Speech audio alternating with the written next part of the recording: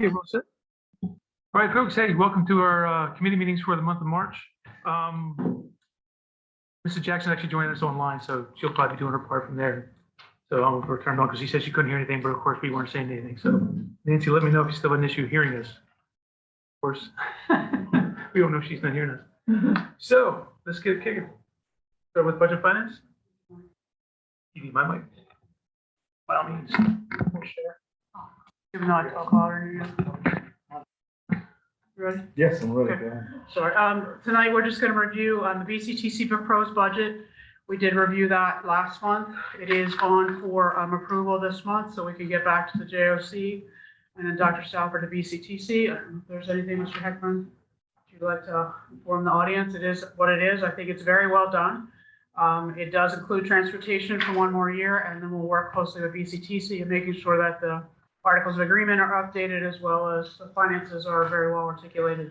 So that's clean for the 23-24 school year. I think we've discussed it enough, and it's the important part is the articles of agreement state that we shall do transportation by BCTC, and that's exactly what we have in the budget. So, and it's a little over 2% year-to-year increase. So. Good. Number 2 on the agenda is to ratify the PSBA Bucks program for unemployment compensation. That is the group that we do use that administers our unemployment compensation claims.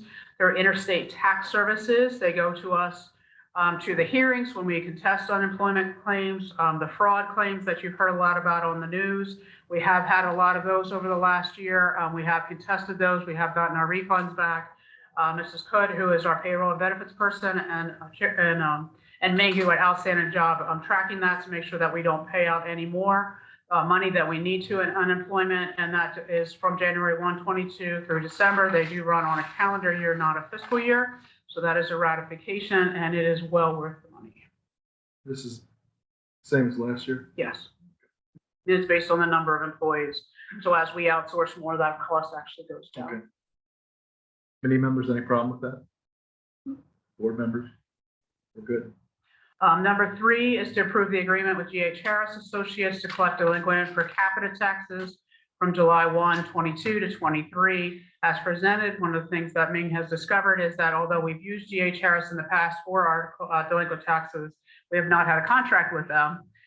So she has worked with them to get that agreement in place. We're also working with G.H. Harris to get a delinquent, to be able to use them also to collect our delinquent payments. So when people owe us money for other things, such as not paying for their failed courses, for our textbooks, for all our lunch funds, or whatever else over the years that they owe us, which can rise into the thousands of dollars, that we have a process in which we can recoup the money that's owed to us. So I'd like to thank Ming for her work on that, because that will save the taxpayers a lot of money and owed bills that we sometimes never get to recoup. So we'd like to request approval for that as well. Committee members, okay with that? Board members? So that's in other words, they're taking their cut off the top of what they get. And it's obviously Right. no extra addition. Yeah, we're good.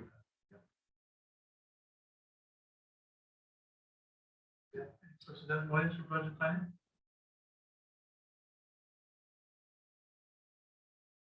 And then the budget meeting is March 21st at 6:30, which will have some more historical data for you, as well as the final 22-23 presentation for you.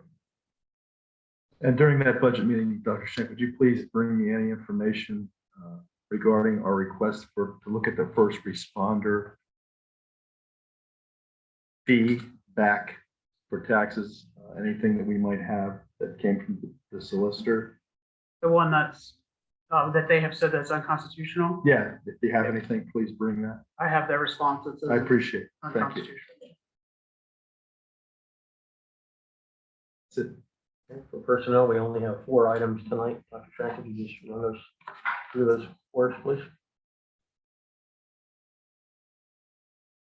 Number 1, very sad, but very happy at the same time, is the resignation for the purpose of retirement from Carol Smith, who is our district speech language clinician. And she's been here for a long time, effective June 9th, 2022. She is an outstanding person and a phenomenal professional and has done wonders for children over the years. She's worked K-12 and currently her position is 6-12, and has been with the district for a very long time. So we wish her well, but it is a tremendous loss for the district. The second one is for the purpose of retirement as well. Dave Hoffman, who is high school social studies teacher and the high school librarian. He is also retiring at the end of the school year, and his retirement will be effective June 9th as well.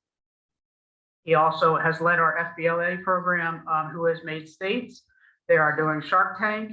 He has kept our FBLA program winning at the state and regional levels, even despite the fact that we don't formally have a business education program. So Dave has done an outstanding job as well.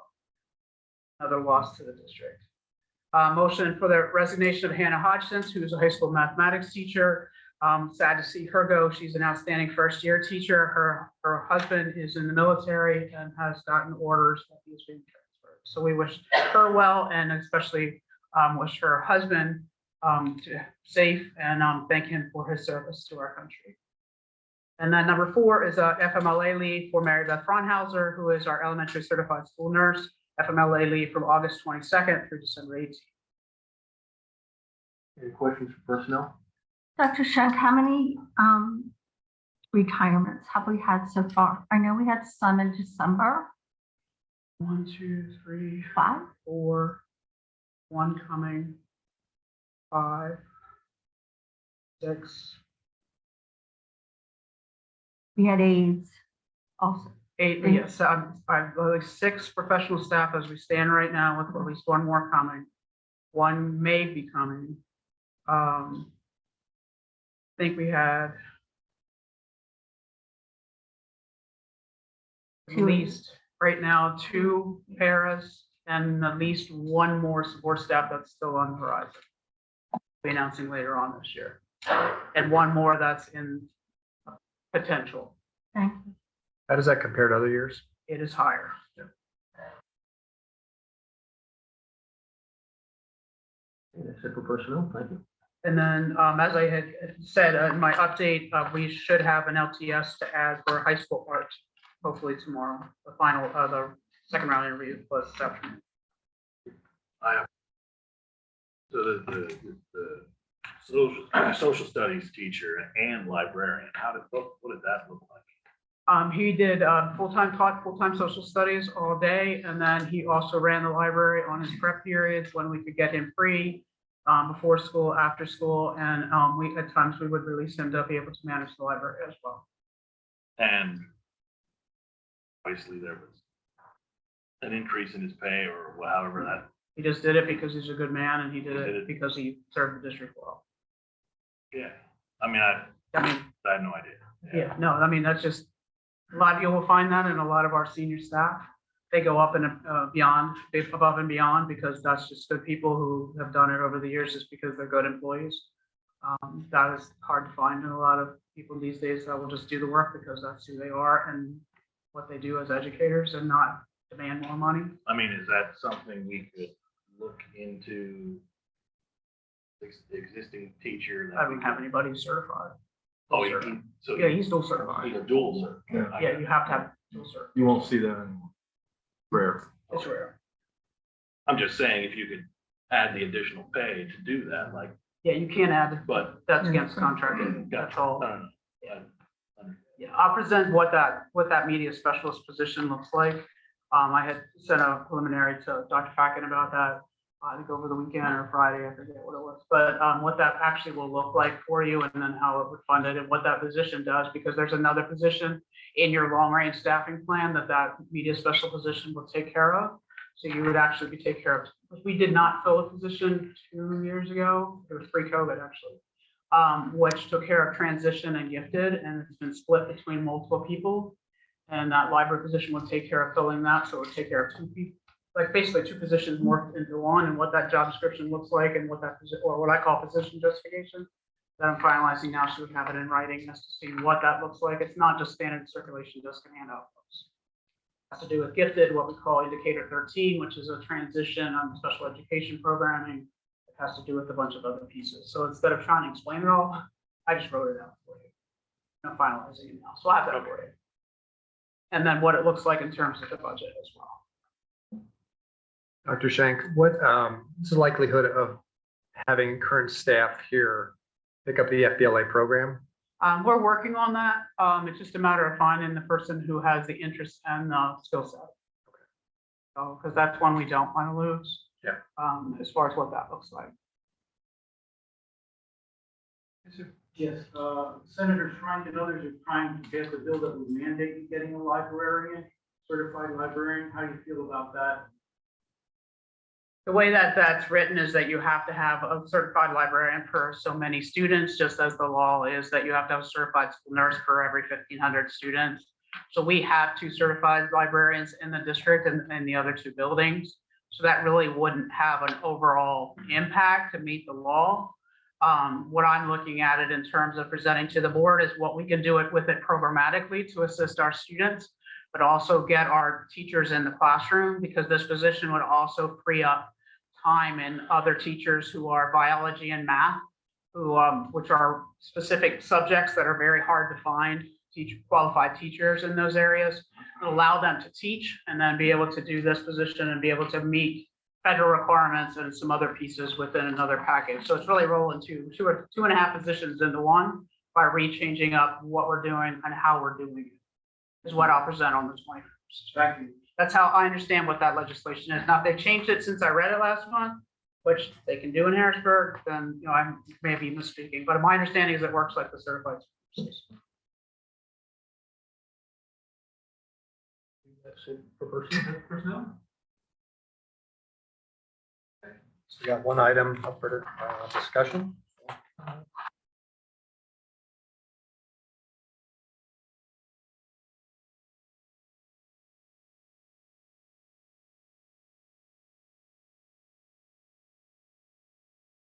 Do you want to approach it for this way for each one, or Uh, is it a question on process? too? There's a lot of them here, so I didn't know if anybody had questions regarding the policies. Sure, we have some. Yeah, we do. But I can't, the website, the one that has policies has been glitching. Any glitchy? Just goes on and on.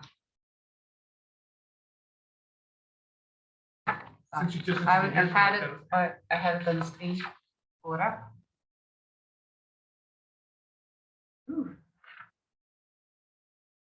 Or maybe it's your computer. I had a couple Just to questions. I'm gonna interject find on here. the computer issue there. Another district very close to us had been hacked ransomware. It was ransomware last week. And their emails and like it's still not up. They're working with the FBI, everything else. So I'm hoping we have whatever precautions that Jim can take. We have it all, we've had it all. We're good. Yeah, good. And we don't, Hackers are pretty good, too. well, we are, but we also have extensive cybersecurity insurance, and let's just say that Jim is the king of filters. Enough. Well, But we don't we're use all this- aware of that. Yeah, we don't, we use, I'll know more about that. I have a meeting tomorrow morning and hopefully we'll get an update on that again, but I asked Jim about that as soon as I got word of that. And what we use is very different than what they use. And there's a reason why we update, remember last spring when you allowed us to update the. Yeah, as soon as the I try to backbone? pull that website, it just starts. So Those are that's one reason why. computers, what is that? Nah, once I close it out, the computer's fine. I had a few questions. Sure. Computer is fine as Um, long as I close it. So just going through some of the policies, there was something regarding the threat assessment team and that there's a report basically that would be delivered to the board. Just kind of curious, when do we receive that or? That's the Act 44 report. Okay. That's done every June. That's the safety report that's done every June. And then I present that in an executive session, usually in the second meeting in June. Act what? Act 44. I'm trying. Same thing regarding the. Let me see here, we've done a couple things, with the wellness, school wellness policy. Superintendent or designee shall report to the board on the district's compliance with law and policies related to school wellness. The report may include, when is that? Is that also in June? No, that one I actually did most of last time when I talked about the Okay. audit from the cafeteria. Okay. And yep, the triennial the assessment is already on the website. that was from the fall. You weren't on the board at that time, but it is posted. Okay. But yeah, we usually do that one in February and then January, February, and then do the safety ones always in June with the safe schools report. There was one policy I had a question regarding, I know we talked about, I believe we talked about social media being something we can't with as far as bullying goes. I thought I read something in one of these policies regarding that we can, I'll have to find it. It's probably 216, cyberbullying. Yeah, It depends. That's one of those that is gray, and the update on that is coming. It's on, I think it's the 249. 249, thank you. okay, So on the Manahoy case that came out of the Supreme Court, where off-cap misconduct and nexus between school discipline has to be very tight. Most of the time, if it's not, the general rule of thumb is that if it's not sent in school, received in school, or has a severe disruption to the educational environment, the school cannot do anything with it. So the fact that, like, a lot of times parents get mad at us because they will say this text was sent to my child last night at 9 o'clock from this other student, and they show up at 7:30 in the morning and want us to deal with it. And they get mad because we say, call the police. We can't address it. And they're like, why can't you? They're in school. They want us to handle it. That did not happen on our time. So we can't deal with it. But if you're sitting in the cafeteria and it's sent, received, or transmitted in school, for even if it's, screenshotted and sent from, even though I received it at night, but I sent Ms. Strickland during the day, then it becomes our issue. Okay. And then the safe to say, if we receive it during the day, then it becomes our issue. But that is a really gray area anymore. And then anything that has to do with nudity or pictures, it's that's all sexting, and we are required to turn that over to the police. Yeah. That was updated a few years ago in the criminal code. okay. Thanks for clarification. Sure. Can you read policy 203?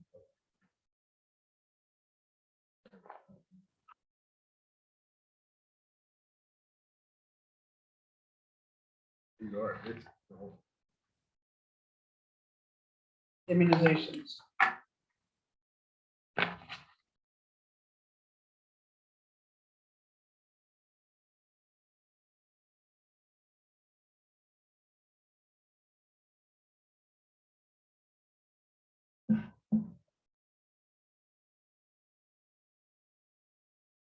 What do you want? Okay, I think I'm ready. You have yours up now?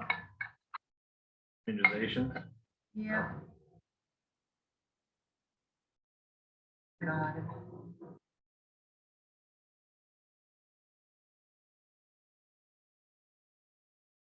Can you please elaborate that bolded authority guidance and orders from state and local health officials?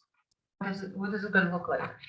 That just means if the Department of Health says that you have to have an immunization for mumps, measles, or something, then we have to require that unless they meet the requirements under the school code for an exemption. There is, when I've read it, there was a school code for an exemption, and then there was another policy that sort of overrides those exemptions under some different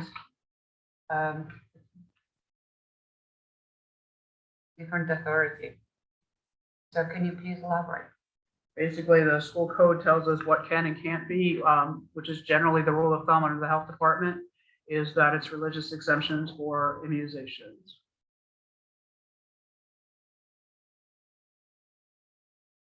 Because it doesn't, it just says local health officials. Can it be like a lot, can you state what they are? No, because they change. It could be a local health department. It could be depending on where you live. And these are, remember, these are PSBA policies. So local health officials govern whatever it is at the time. So that could be the school doctor. It could be the local health department. It could be when Berks County follows Chester County Health Department. It could be the state department, Department of Health. It could be the federal Department of Health. It's whatever they give us in health finding orders. Who is it now? Right now, for health orders, it's Department of Health. Yeah. And that's what we generally follow. If minus COVID, that's who we follow. The Department of Health says you must have these immunizations to come to school as a kindergartner. You must have these vaccines in third grade or seventh grade unless you say you're religiously exempt. We've not had a problem with it. We don't question it because, or we question your religious Then there's another bold paragraph. Parent guardian shall be notified of this policy at the beginning of the school year. And then during the school year, it may be necessary for a student to be excluded from school due to communicable diseases. Parent guardian of student needing to be excluded shall be notified and required to come to school or have a designated emergency contact to come to school to transport the student home or appropriate place of care. So student may return to school when the criteria for admission following communicable diseases set forth in law, regulations, or guidance from state or local health officials have been met. When the doctor gives a notice, would you accept the doctor's notice? Or how is it going to work? Because I understand that in the previous, with whatever last 2 years, the doctors would give an exemption to the kid, and then I believe the school board acted differently. The doctor's notice would not accept.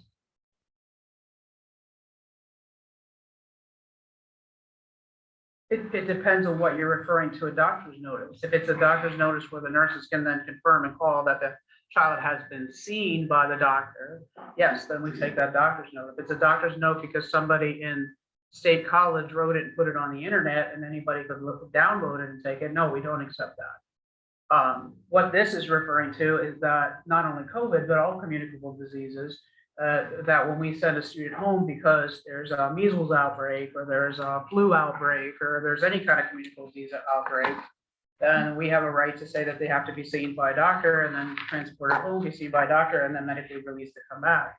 Doesn't mean that you go on to any website and get any doctor. That was not what I was saying. But that's where when we weren't, when you just referenced in your question that the board was not allowing people to come back. One of the doctor's notes they were giving us was not a doctor in this general even area. They were just a doctor's note that was on somebody's website that they were using as an excuse to come back to school. No, we would not accept that. We need to be able to call that doctor and say, was Mr. Keller seen at that doctor, confirm what the diagnosis was.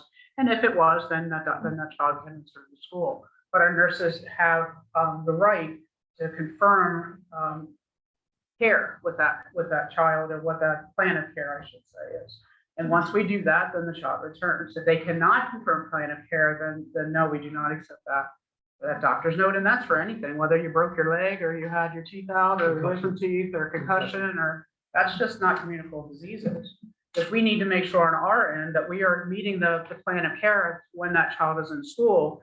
And our certified school nurses are certified dually by the Department of Health, which means they could work in a hospital, any kind of medical care facilities, and they are certified by the Pennsylvania Department of Education.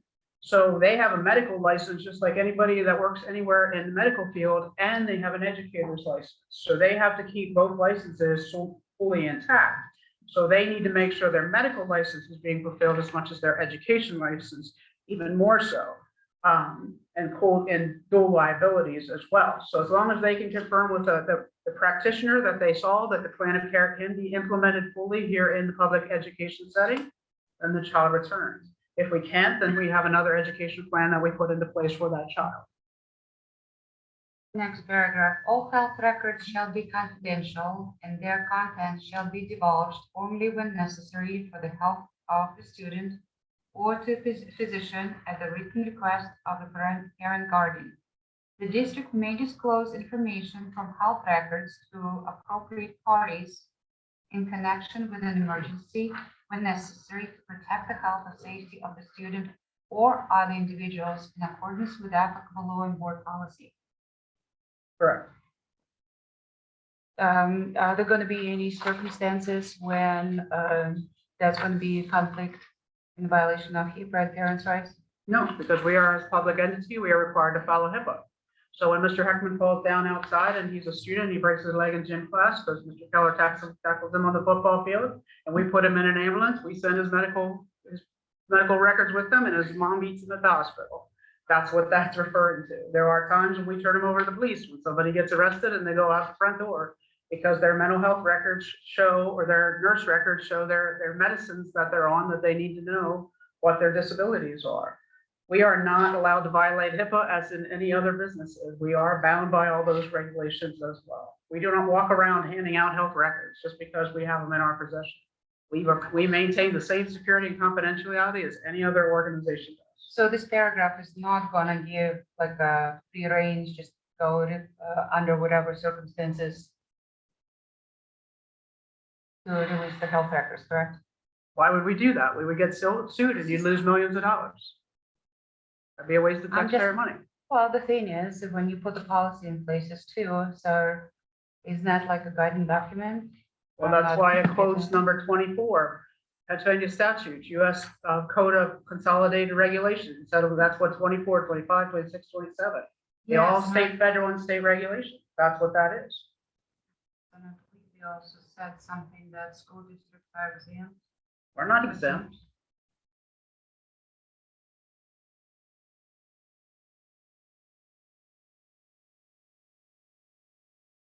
Is there something in the wording that concerns you? Just yeah, the personal health information of the kid that could be, leaked out intentionally or unintentionally, psychological records, something like that.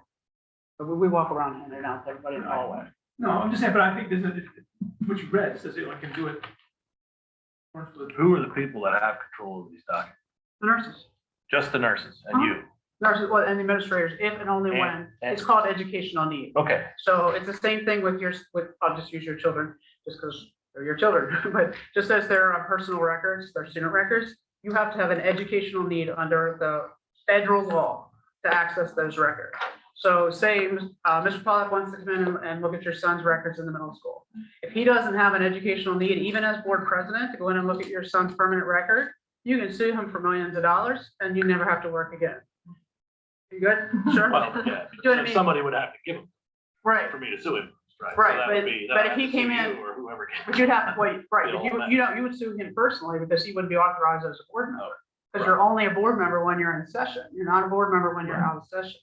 But if you don't have, like, I couldn't just go in and say, I wanted to look at Mr. Heckman's personnel file without, with even me in my position, I can't look at a personnel file unless I have a reason to look at that personnel file, even as superintendent. Because you have to have an educational need to see that information.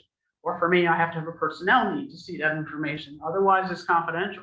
If there is not a legitimate need, it's a violation of those laws. And You you have have, a form you're filling out. yep, and you got to sign, date, initial the pages that you were in the file. And so that if you go in and look at the file, see Mr. Heckman's looking at personnel file, his own, and he sees my initials, then he would know that I was in that file on this date, and he would have the right to ask me, why were you looking at my file? That's his information that is kept in the district's possession for 99 years. It's the same way with students. We keep all the nurses and medical records, our personnel medical records for our employees is kept separate from their personnel files. They have to be kept in separate areas. All of that stuff is strictly regulated by law. Who has access is regulated. It is not a free-for-all. It's all locked in fireproof cabinets. I mean, I took care of all of that in the early days. And as an administrator, I can tell you in 16 years as principal, I never, not one time went to that health room and pulled a file, No, ever. can't say because- that either. Administrators know the law. If I had a question because it was an IEP, an individual education plan, that would be where it would come up. Or if I had to talk about a situation where a student had been injured in a fight, I would call the nurse and say, can you tell me if what I did was appropriate? And she always would say, yes, I can, or guess what? I cannot, which was another answer that I understood. But I never, ever went down there and said, I need that file pulled. And our administrators know because they're trained and we pay them to make sure they follow the law. So that's not going to happen. If that happens, they're going to be out the door. Yeah, we don't even even if if there's an issue with a student, and I can tell you because I had a student who we need to send in an ambulance a year or so ago. We put the nurse took the medical information and made a copy of the emergency card, the child's emergency information. I didn't even get to see it as superintendent. She put it in a manila envelope, sealed the manila envelope, handed it to me to hand it to the EMT. I got in the ambulance and off we went to the hospital. Like I never even got to, that's how tight our protocols are. Because they have to be on that child's information. If a parent chooses to share it, that's a parent's choice. But we do not, our nurses are rock solid on that across the district.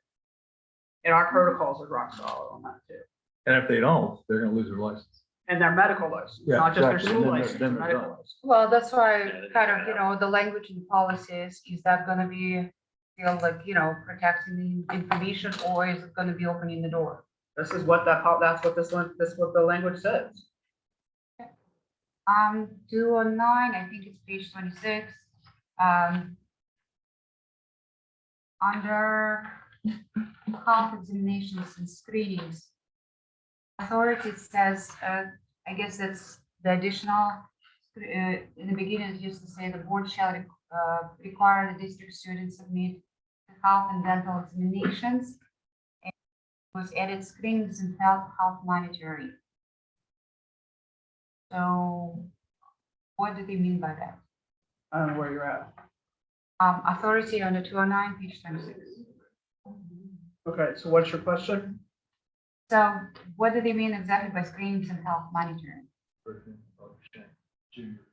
Oh, the screenings and health monitorings, we are legally required to screen for BMI indexes. We have to screen for health and hearing impairments. We screen for physicals if the parent agrees to let us do it. We screen for dental, for cavities, but we do not treat cavities with a mobile dentist. We have a mobile dentist, we have a mobile doctor at the elementary. We screen for these things, but we do not treat these things. Then what's the difference between health and dental examinations, screenings, and health monitoring? Because you just. Because said we the same monitor thing. their health conditions, we do not treat them. Also, at times, they have to have a physical. Correct. And one of my jobs was to make sure every individual in a certain grade had a physical. 11th grade. Okay, and then I would spend hours on the phone with the parents saying, please, please, please get the physical, because we can actually deny education if that physical is not complete by the start of school, Right. which we've never denied anybody to come to school, but I keep trying to communicate We with have, those people to get. no, we have, physical. we've kept them out. Well, I have not. You haven't. Well, yeah, you haven't, but it's changed since then. Even the rules have changed. Since. Long time ago, I did not keep them out. I just made sure I communicated a lot. And now we have to keep them out. And if they don't have them by the probationary period, we have to keep them out. If they don't make it by February after 50 million certified letters and regular letters and phone calls and school messenger calls, and they still haven't done it, we have to keep them out. That's all changes in the law. But yeah, it's a change in terminology that the health departments and schools are not community centers for delivering treatment of medical or dental information. We screen and then provide information for the parents to go and get treatment for their schools or their students. Yes, we will provide aspirin or Pepto-Bismol or those kind of things to keep the child in school, but we will not treat them for the flu. We will not treat them for lice. We will not treat them for their cavities, but we will screen them for health impairments. I think schools will get there in the next 10 years that we will be treating them. We will become health centers. Next question. Sorry. Take your time. Take your time. I had a question. Sure. I'll break up hers. Her question. The new policy, looks like a new policy, the board conduct. Can you, is that replacing an old policy? No, that is the new one for zero, that's 11.1, right? If I remember it. Yes, that was recommended. I missed it in the 011.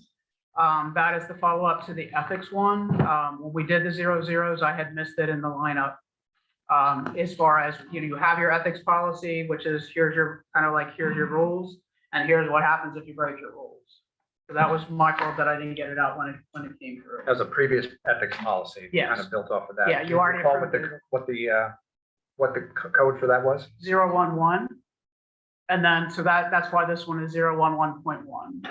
And then the other one that's kind of thrown in there ahead of schedule, which was requested by some community people, as well as a few board members, was the 903, I think it is, the public participation to allow alumni and parents of current students to be able to speak at public comment. So that was the changes in that one. And then that will come back around when we get to the 900 series. We're just a little behind. Are the alumni stakeholders of the school district? Aren't you? What? I understand the parents of the children that are currently enrolled, that makes And I'm not sure if that's exactly the wording, because I have to go to a completely different screen. Can you pull the wording in there? We can discuss 903 now.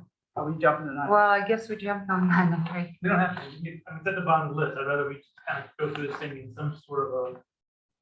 My bad for jumping. No, it's okay. It's okay. I appreciate it. I'm just. We'll lose track where we're at. So the last one was 9209. 210 was the next one at page 39. On the authority.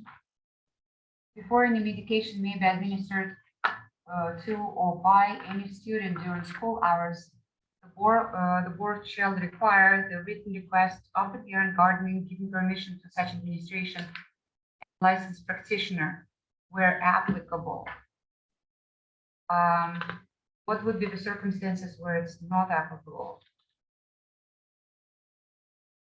To obtain a written request from the parent to administer the medication.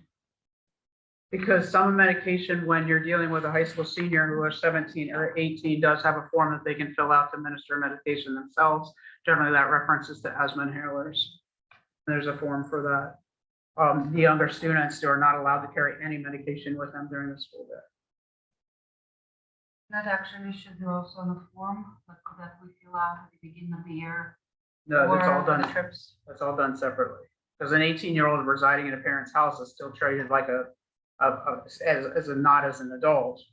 But there are forms that the nurses have for specific medicines that some students must have with them at all times, because like an asthma inhaler on an older student or other medications which can be life-threatening, who are mature enough or old enough or to administer themselves. One of the newer ones is insulin and insulin pumps and regulation of that they have with them at all times. What about like that? Yes, EpiPens is another one that you don't necessarily want a first grader carrying, but your middle school and high school kids, you want to be able to have with them. And there's a whole procedure, the nurses have that. Yeah. So that they can carry. Yes. And there's some students, the parents don't want them to carry, and other students, Sure. it's that But responsibility then factor. all the teachers know that if Yep. something happens. Yep. And that's where it's applicable to some, but maybe not to others. But that's between our medical professionals and the parent regarding that child. Medication shall be administered by a certified school nurse or other licensed personnel, registered nurse or licensed LPN, except as otherwise noted in the policy. But there's no reference to where it's noted in the policy. What is otherwise noted in policy? I don't know what page are you on? Page 40. Page 40, second paragraph. Yeah, so exceptions. Yeah, except as otherwise noted in the policy. So just as Mr. Keller just brought up under the last statement, as applicable, you can have a student who is administering an EpiPen to themselves. That would be noted in the policy that is applicable under that last section. I thought you usually put the references to where in the policy. You refer to the policy where in the policy it is. 10.1, the policy, this one. Hospital administration position of the asthma inhalers, nothing that. No, what we're talking about is that on the page before it, when she was talking about where applicable, Right. and a good example was brought up by Mr. Keller about the EpiPen in an older student. It's applicable to some, but not to others, depending on your child. That's where it's noted in policy. It's applicable here, and it allows it in the policy, two paragraphs before it. That's where it's noted in policy. And it's not necessarily age, It could be developmental. You could have a very mature. because I think I carried it around in 4th or 5th grade. Right, because you're And I very just had to mature. think, well, But we have some. no, I'm just, But, yeah, that's a lot of years ago too. Yeah, but you may not, you have some 4th and 5th graders who may not, the parents may Yeah. not want. Right. And there are others that's between the medical professionals and the students' parents as to what age is that. Then you're gonna have a doctor's note on file. Yep. That says this kid. is- And then we have the standing orders that says if, when, this, if this, it's an Right. individual So it goes in management the plan. medical record for the kid.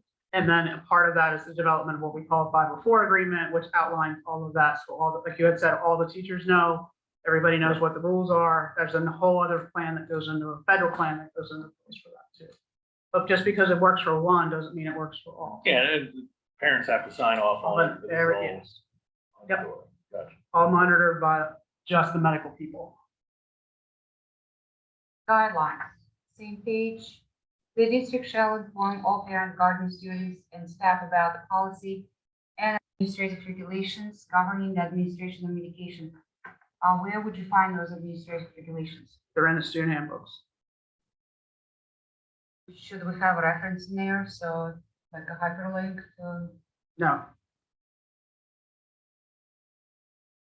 Student handbooks are updated on a regular basis, and they can be found on the website or in all of, they're actually on all the student devices. They're pinned to their desktops or to their screens on the iPads and the computers. We do not hyperlink them. As we found with, as a parent brought up to us, I forget when that was, a few weeks ago, sometimes the hyperlinks get hacked. Yeah. We found one from BCIU that was hacked. It was really inappropriate. We don't hyperlink anything more than we have to.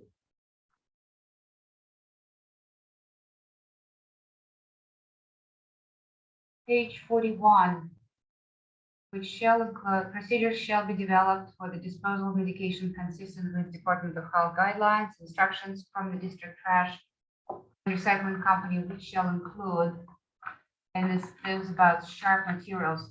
Do we currently use sharp materials in school? Oh, yeah. It's called Stericycle, and we have a contract with them we use every year. It's all disposed in what we call red bags.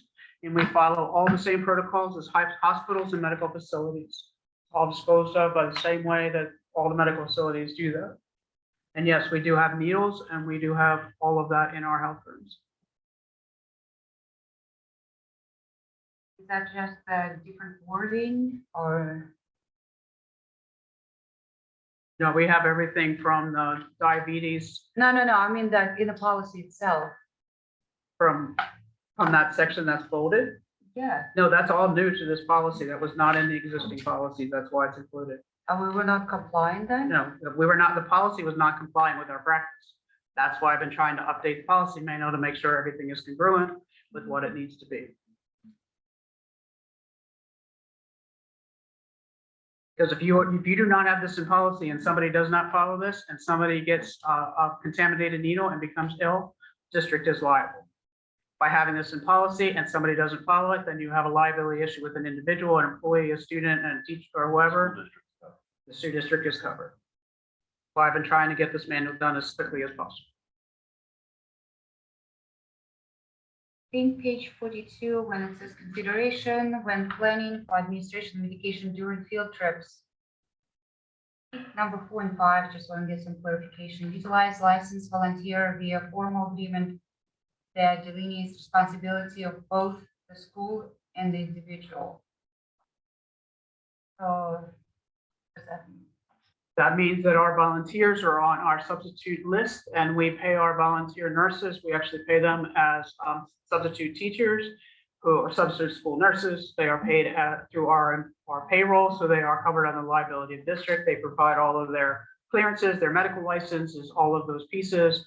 Or we contract for our medical employees through an agency in which they do the same thing. They are all certified as LPN, RNs, or certified school nurses.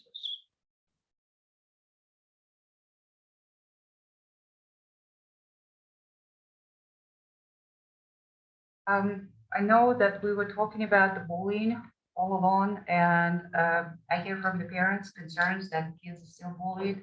As the board members, we don't get informed. A lot of times, I just hear it through the grapevine that because they have concern that bullying has not been addressed. And I understand that somewhere, I'm not sure if it was policy or email, saying that I think this thing was going to be, if it was directed to the board, it's going to be redirected back to the superintendent. That is correct. That's So- procedure. And then shouldn't the board be copied at least once it's escalated to you? So we're aware. No, Why wouldn't? because it's a confidentiality issue. It's a FERPA issue, which is a Federal Education Rights and Privacy Act issue. Once the board is involved in a potential discipline issue with a student, and if that student would have to come before the board and you have information that is not pertaining to you, then you are now in violation of that student's rights, and then that student could actually sue the board for information that is not, that the board should not have been privy to prior to that, of the issue of the, You cannot have a preconceived opinion. thank you. No problem. Of anything, if that person would end up with their guardians at a table before us regarding the future education of their daughter or son. Correct. We cannot have any preconceived notion or information when that would occur. That's not what I was asking. But the problem is that what is happening is that issues that are perceived to be bullying, there is too much information that is inaccurate, that is being perpetuated on Facebook and on social media that is not issued. I can guarantee you that the issues in the middle school in particular, which you will see on Wednesday night, which sadly is going to be clouded by the Reading Eagle and some other issues with the people that are signed up to speak. A great presentation that Dr. Rohr has presented in addressing that bullying, that the perception of what bullying is and what the definition of bullying is are two different things, and that we have to teach students about what persistent, persuasive, and severe is. And the fact that the other issue, to be quite honest, is the fact that we are dealing with students who are getting into trouble, and I'm thinking of 4 of them right now, in the district, who have been in trouble with the police, who have been suspended, who have gotten detention, because they are repeating and listening to comments that they should not, that they do not know boundaries or understanding of that which they hear that is coming out of these meetings, which is very frustrating because they are using it against each other, which is then being called bullying, which is then not being accused of us not dealing with it, but we're walking a fine line between the people that we report to as our superiors and comments, but also the fact that students are being students and they're joking with each other and laughing, and then one becomes offended, but we have to teach them how to say, and middle school's doing a nice job with it. And to be honest with you, they're actually starting to report and say to each other, please stop. I don't like when you do that. That is the best thing that can happen in a bullying situation. We're starting to see it at the high school. Elementary is a whole different world because you have to teach from the beginning of what that looks like. But part of our problem is that to be honest, and not everywhere, and I don't want to generalize, but we do have situations in which we could have a bullying situation going on, but you don't have the parents understanding or helping us to teach the student that what they're doing is offensive to someone else because it's all they know and all they see. So we have to teach on a greater scale that the words and the comments that are being used are not acceptable in this environment. What people do and choose to do in their home, that's your business, that's your kingdom, that's your house. That's fine, it's your business. In our world, in our house here, there's school appropriate words, there's home appropriate words. In business, there's business words and there's home words. And we have to teach young people how to use that and how to know what they're saying or who is around. I remember talking to a young person last week who made a comment that they shouldn't have made. And the problem was they didn't know who was standing around the corner. And that person was offended by the comment. Their friends weren't. Ones they were all joking and carrying on with. But the person standing around the corner was offended by it. So they ended up getting in trouble because they didn't realize in a public establishment who was around the corner. So we had a little conversation about, let's be aware of our environment, conscious awareness. It's not like you're standing in the parking lot. You're not sitting in your basement or wherever it is that you hang out when you're not here. So you have to think about it on a different level. Just because people use the word bullying doesn't mean that it's bullying. A lot of the time at the high school level, it's harassment. It's also teaching. It's understanding, it's standing up, it's being people teaching kids to advocate for themselves. There's more to it than just that word that people interpret on a very different scale. I'm just looking at doctors. Well said, because, you will never satisfy 100% parents or guardians. And you will never take 100% of bullying or harassment out of any building that is a public entity that brings in students who all evening For adults. think they're adults and have been online all night long doing things that are ridiculous. And the worst part is what we face every morning, what we used to face every morning, and what they face now is when they come off the bus, as I said this before. I mean, it's usually Monday is the worst one because all weekend this has been going on. And again, my heart goes out to any student that's been bullied or been harassed or been put down or been yelled at. But you'd be shocked if you knew how long and how many hours the leadership in your district puts into this. You would be shocked. And you know what? You can put all your heart into it and all the hours, and the next day, the same person does it again. And sometimes it's just yelled down the hallway, but it's taken, as Dr. Shank said, by one student who it never was meant to be, but they're all out there in a herd. And it's just a constant struggle like that, especially for very, very, very sensitive students that we have to protect. And that's our job. And the And it- sad part about it, I'm sorry. No, that's all right, sorry. And the sad part about it is it starts before they're even come to school. I taught kindergarten for years. And one time I had a thing where it started at the daycare center. And a bunch of girls had been picking on another little girl for 2 years before they came to school. The daycare did nothing about it. So then it comes to kindergarten and now it's my thing. Now I have to go and I have to start, we have to get the guidance counselor. We have to have what we call, and I use this term, mean girls, people where these kids were talked to, the ones that were picking on this little girl. And I had to sit down with the parents and tell them, look, this is what a bully looks like when they're 5. This is what a bully looks like when they're 16. And there sits a mother going, oh my God, I was a bully. I look at those things and she realized she had been a bully too. But they don't even realize or even think about it.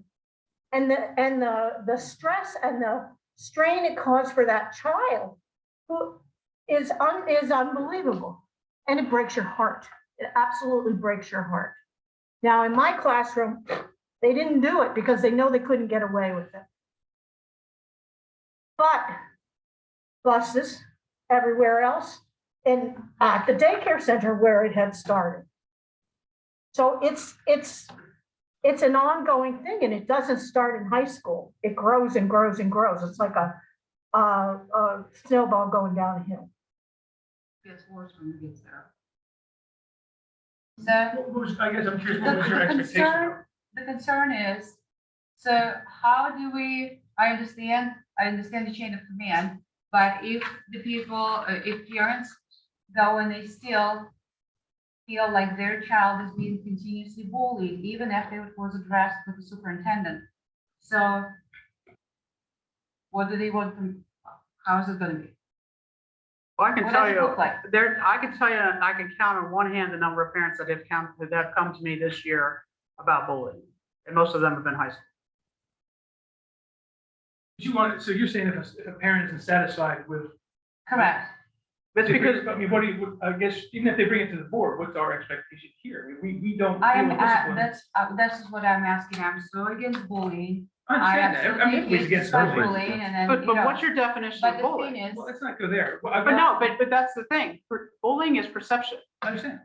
well, So it's a what she perception thinks is in the- bullying may not be what is actually happening. Legal definition of it, I guess, or- Is severe, persistent, and persuasive over time. What's that happening before? A lot So of just because somebody doesn't hear what they want to hear, or just because they don't like the fact that somebody got a detention and says suspended, or they weren't thrown out of school because they did something once to their kid, or because they didn't like the discipline that was issued, or because we couldn't. The other thing is you got to remember is we have to prove what happened. And a lot of times, because Dr. Markley says that you kicked him under the table, if we didn't see it, hear it, prove it, we can't discipline you because we can't prove that he said it. And parents are like, well, my child said it, so therefore it happened. Well, we can't discipline because you said it. We're not saying that it didn't happen, but we can't discipline somebody else's child just because another 12-year-old said it happened. That's why I put there's no- there's no resolution And for the this. parents get frustrated and they don't know how to protect their kids. They look for administration to take care of, to step in and do something about it. And- And right, then they don't feel like it's done, so where do we step in support? Well, that's not our place to ever step in as in a disciplinary issue.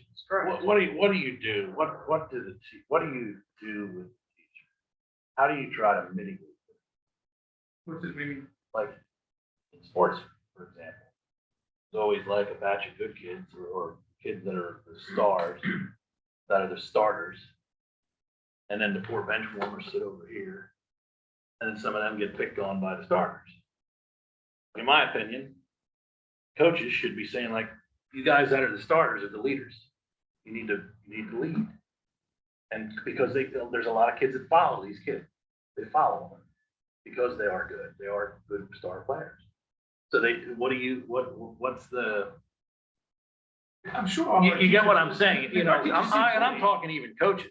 I'm talking coaches that are maybe hired in for basketball, for baseball, whatever. You get what I'm saying? They can identify it. They may not be a teacher here. They may be wherever. But they can identify this. So what is the protocol there? Like, how do they, pass this along to you or how? When they see it, they athletically, they inform Mr. Rose, who then would tell either Dr. Rohr or Mrs. Finnerty, who then we investigate it on our end. And then But again, by the time you get word of it, it's long gone. that's the next morning or that night. So you don't see it. You haven't seen it. Now, But no, maybe you get the maybe he witnesses. saw it or he's getting wind of it. I would hope that a teacher or a coach would handle the situation in the immediate. season, Yeah, which right? they do. If they see that and don't address it themselves, then we got a problem with that coach and teacher. Right. Other than that. Well, but I'm saying too, it goes into the game was last night. And we get it that, if you saw it like that, we get it that night. And well, what I'm saying, the game was last night and then it goes into the classroom. Because it wasn't addressed. Right. Do you get what I'm So, saying? if you If just know- you had one of the bench If warmers, you this is carries all on, hypothetical. You had one of the bench warmers coming in and he missed the basket. And everybody's picking. Right? I mean, that happens. Right? But then it transfers into the next day and it's this kid. And it's continuous. And it just continues and it's persistent. Like, what is that? Is that not bullying or is that just being picked on? Or is that just I picked on. rivalry? I mean, you understand my point. Like, what is your definition of that? But first of all, did it start the night before? Did the coach see it? Did the coach report it? Did the coach address it?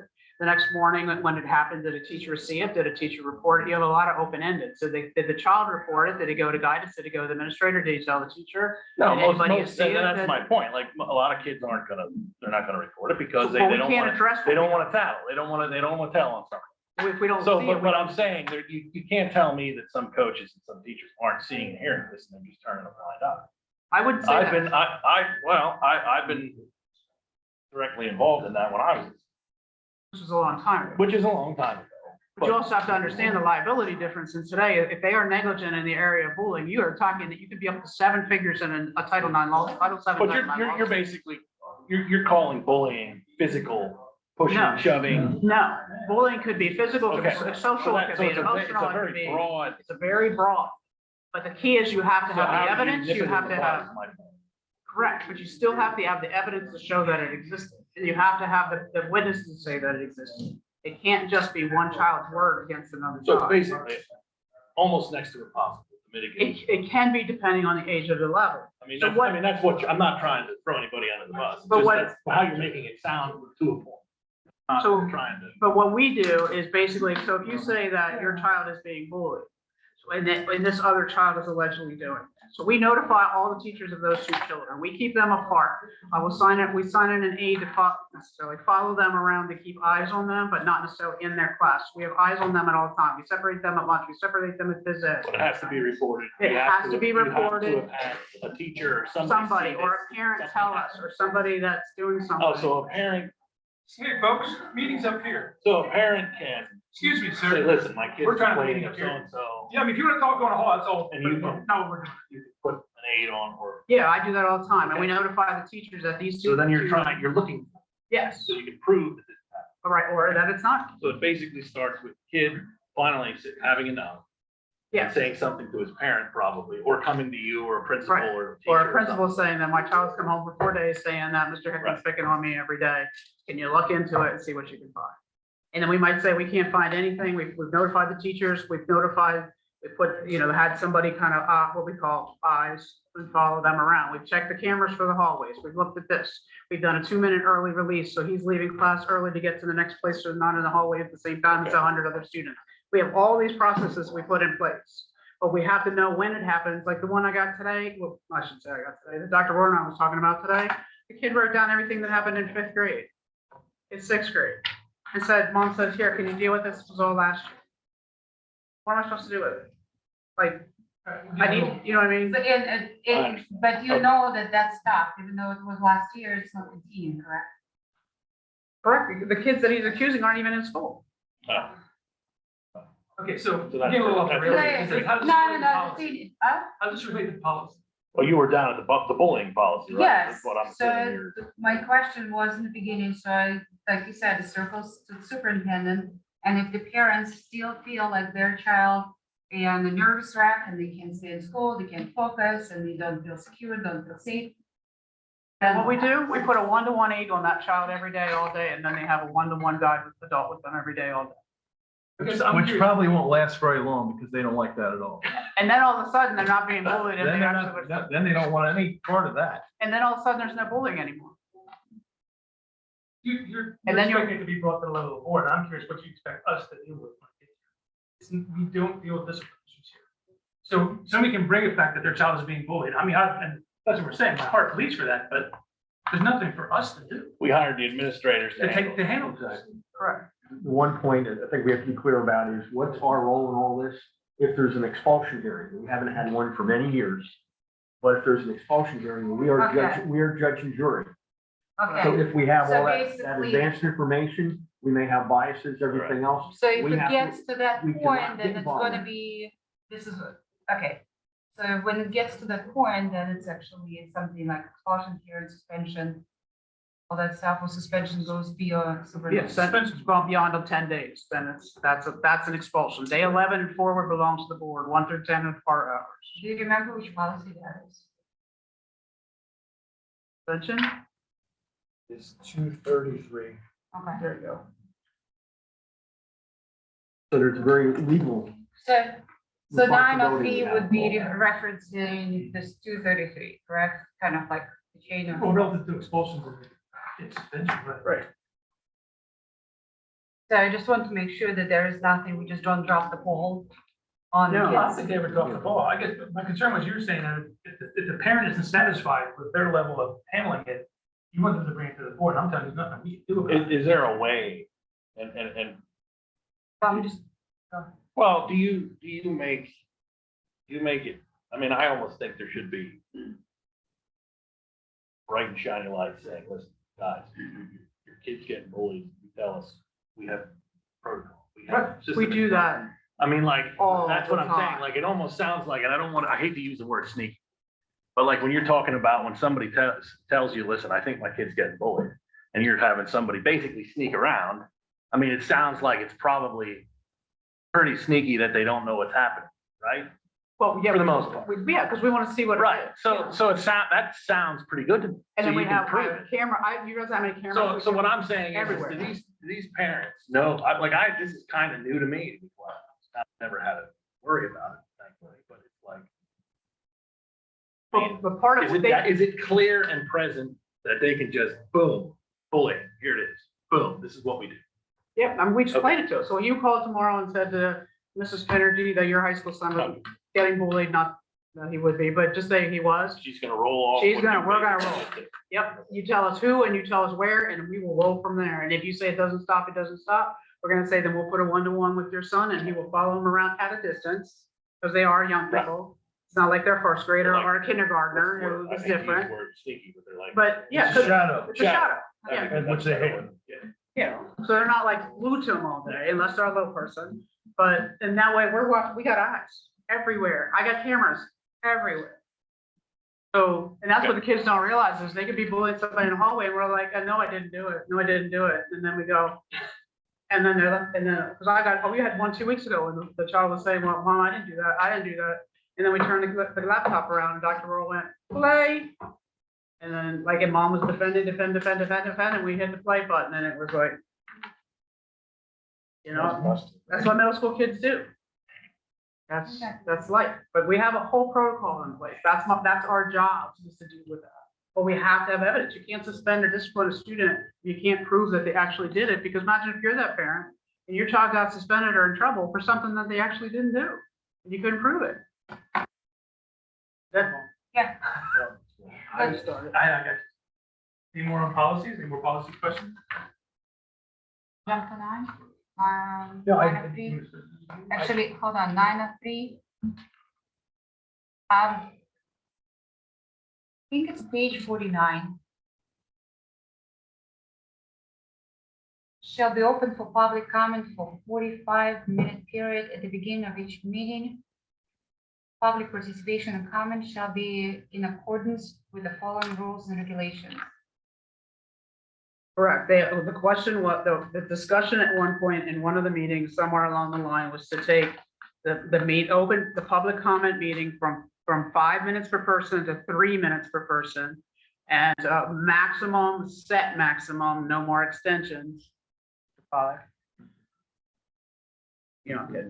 To a max of 45 minutes, which generally it will get everybody in at a 3-minute maximum. And then to allow the alumni, they're all open meetings. That's a new sunshine law thing, terminology, but it's not a public meeting, it's an open meeting. But alumni, parents, taxpayers, official act, and that's where the language comes in. And this is a revised policy, which is why it is track changed. It's 3 minutes for 45 minutes max versus 5 minutes for 30. But we were doing 3 minutes. What's that? We were doing 3 minutes. Each were 3 minutes. How fast? I mean, that was my understanding. I mean, if I had it wrong. Well, I guess it depended on how many were here. If there were only 3, you gave them 5 minutes, like I was trying- you were sort of being Yeah, right. discretionary, and that's fair. I mean, I can. But we're hearing more school boards because more people are participating. They're trying to limit it. They want to get as many people they can get to, but to be honest with you, we will sit for 2.5 hours listening to people talk. So Well, you got to find out. and there's a, Right. And I think most people can say what they want to say in 3 minutes. And 45 minutes, that's 15 people. I think that's a pretty fair balance across the board. So that's what we're seeing at other school districts. I mean, when I've watched some other districts online to see how they handle it, they seem to do. They actually have a clock behind it, so counting down. At least I'm like, oh, Do you want me to buy a no, clock? I don't. No. I mean, doesn't want to spend any more money, so don't. So your point, Mr. Keller, I mean, if we have 3 people, I'll say, yeah, okay, we'll make it 5 minutes. But we can't leave it open-ended either. I just want consistency, because I don't like when we do one thing in one meeting and one thing in another meeting, and I then. just think it's either 5 or 3. I'm sorry, I know you're trying to be nice, but this is the number, 5 or 3, And 45 total. that's it. I mean, 45 minutes is a lot of listening. And that way, with the nights you have a lot of people, 15 people get to speak. And a night that you have 2 people, then you listen for 6 minutes and we go on to the That's it. business of the school. Or you district. stick with the 5 minutes. Are Do you want to add that if people, like, if they're new people, that they take precedence? No. No. so you're adding alumni to this, and who else? Parents of students. Because what's happening is we have parents who are divorced and one may live in another district and one lives here, but they're both parents of the child. And we have more of that. Or we have homeless students whose kids go here, but they are not living here. Like, we have to find a way that if your child goes here, you have a right to speak here. Oh, yes, So is that's the- understandable because the child is enrolled in school, so. What about the alumni that don't even live in the district or live in a different state altogether, different country? I would say any alumni that graduated from our school district They have a right. should This is have a right to speak. their district. I'm gonna give an analogy. Can I give an analogy? Not yet, we're done. I'm just throwing it out to you because, it's alumni, they did graduate from our school district. They'd like to speak. They're one of the people that are recognized to speak. But I still would believe that if I have 15 people here, those 15 people take precedent over someone that's out there. These people have taken the effort to come here before us. And I think they should get the opportunity to speak. And I don't know who's out there most times. They could be using somebody else's name for all I know. And I was always one of those people, I thought if you had something to say, you would be here. Would say it. But that's just me. Alumni, I think, with what they've done for our district, many of these adults have done a lot for our district. And if they have the will to speak and they can say, I'm from class of 2002 and my parents live at this location, I don't see a problem with them speaking. Well, I would argue that that's a lot of people. Well, you only have your time frame. Right, but you could stack.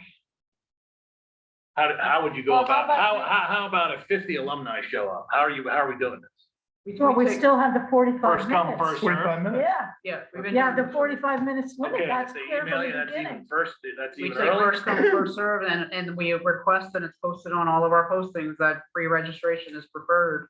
And the people who pre-register, we start the list, and that's the way they come in, and then we take the blue cards as soon as they come in, that's. So you have That's 50 alumni that have an axe to grind for a certain issue. And they all pre-register. And there's 45 minutes. there's 10 parents that actually are taxpayers and have kids that go here Mhm. that want to talk and they can't. And are they here? Yes, They should Well, I'm speak. just saying, They should speak. then can But- we add this but to how the do you- policy, please? So people that are in the audience, take the precedence over.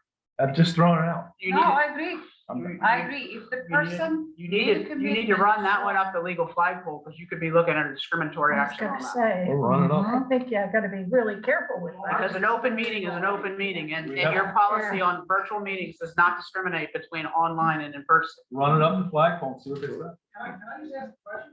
Right now, if what you're saying, Dr. Shank, we're discriminating already, because I was under the assumption, except for the last two meetings, where things that slide, you have to state where what township you're in, you have to be in the school district, correct?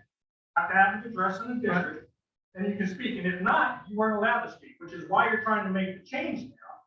Which I don't have a problem. I do have a problem with people that aren't in our school district, I don't care whether they're alumni or not, sorry. They can leave here, they have no vested interest here.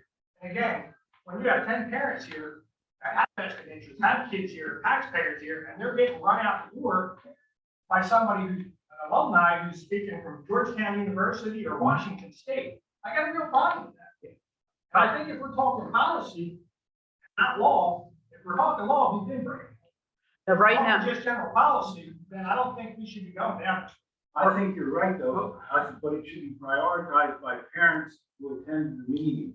Parents should come first. Parents with children in the schools that are directly affected by the policy, they should get to speak first, or like me, I just am a resident out here, or somebody else. And then when those people have all spoken, then you go to. And that's one reason why certain school districts have said no Zoom at certain meetings. You want to speak? no, I'm gonna. Come on in. I got no problem. You know, that's why some school districts Yeah, have let's done get that. it to the policy. No. So- They've done it. No, This is it's the a first good, reading. it's a good Yeah, point. The first reading of the policy. We So- can make, Well, this it's is good, good we're debate. having a debate, absolutely, Well, we're that's having a our debate. debate. Nothing's locked in stone right now, it's the first reading, so this is good. And then definitely to add parents, because, you know, they have kids involved in school, and a lot of parents have separated or divorced, so. Dr. Absolutely, Facken we have will students look be- at that and come All the back to us time. with some ideas and we'll go It's not- forward from there. It's my job. Am I writing policies now? No. No, it's I'm my I'm job. just, Yeah, please don't, because you know how, we already had that discussion this weekend. Can I please address something that was stated, just so you understand?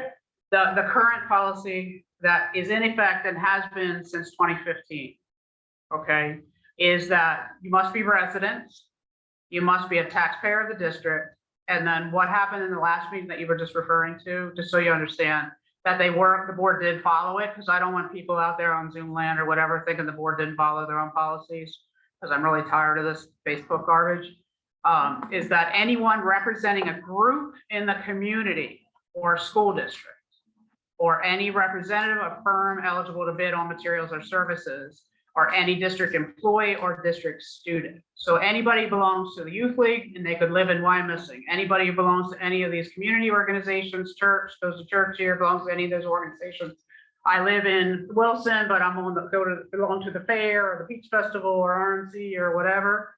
As long as I'm in a community group, doesn't matter whether I live in Lancaster, I could come and speak in front of the board. That's your broad statement, is what I think is where you're getting at, is the door that's open that needs to be closed. And what I'm getting at is there was one person that spoke here, that said where they were from. Correct. And they didn't say what group they belong They to. didn't say what group they belong to. Yeah, because when I was doing minutes, I caught that too. I was like, did I miss it? Because sometimes I just like miss it. Are But you suggesting that we do? I'm not suggesting anything because they have to make the decision. But I have no, like I said earlier, my concern in the seat that I sit in, because I work for these 9 people, I'm not one of these 9 people, is the fact that I am, as Dr. Markley would know, because we worked together for several years, Couple years. I am a stickler on consistency. Like, if you're gonna have a rule, either you follow it or you don't. And the fact that we let it go one meeting and then we don't let it go another meeting, and if I'm in your, gallery seat, I'd be a little upset that, all right, which rule are we following tonight? The half hour, the 45 minutes, the 5 minutes, 3 minutes? Because some nights the perception is that it looks like the right hand of the side of the, well, my right hand of the board, stage left doesn't look like what's stage right, like my theater analogy. Music side's coming out of me tonight. Doesn't look what the, you know what I mean? It doesn't look balanced, and it doesn't look consistent. And I would not allow that on my team, my administrative team, and that frustrates me because then I don't know. And sitting here, I don't like that. And that's where I'm like asking the board is whatever we decide to do, then that's what we have to agree to follow. So it doesn't matter whether it's you or it's somebody else, or it's 2 years from now, or it's a different board or whoever. Let's just play by the same rules, and people are gonna be unhappy no matter what we do. That's life, okay? But let's not change the rules. And when you make it 3 or 5 minutes, you gotta make that sentence done, don't change. I'll be honest with you. I've spoken enough here. I write down my stuff, I run a timer, and I read.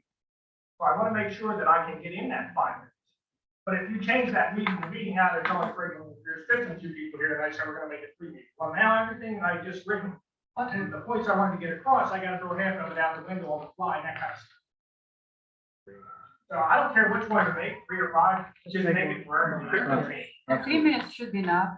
Yeah, 3 minutes should be 3 enough. minutes, And 45. I like the total 45 maximum. minutes, yeah. And to get the priority of people who are in the audience. We're gonna check with solicitor on that. Okay. Make sure that's the legalities with So that. I wanted to ask a question. So since we're opening this up, did we speak with our township to find out if Oley opening up, that if you used to be a resident of Oley, you would show up to the township meeting and make decisions on where they're gonna build, what they're gonna modify in the town?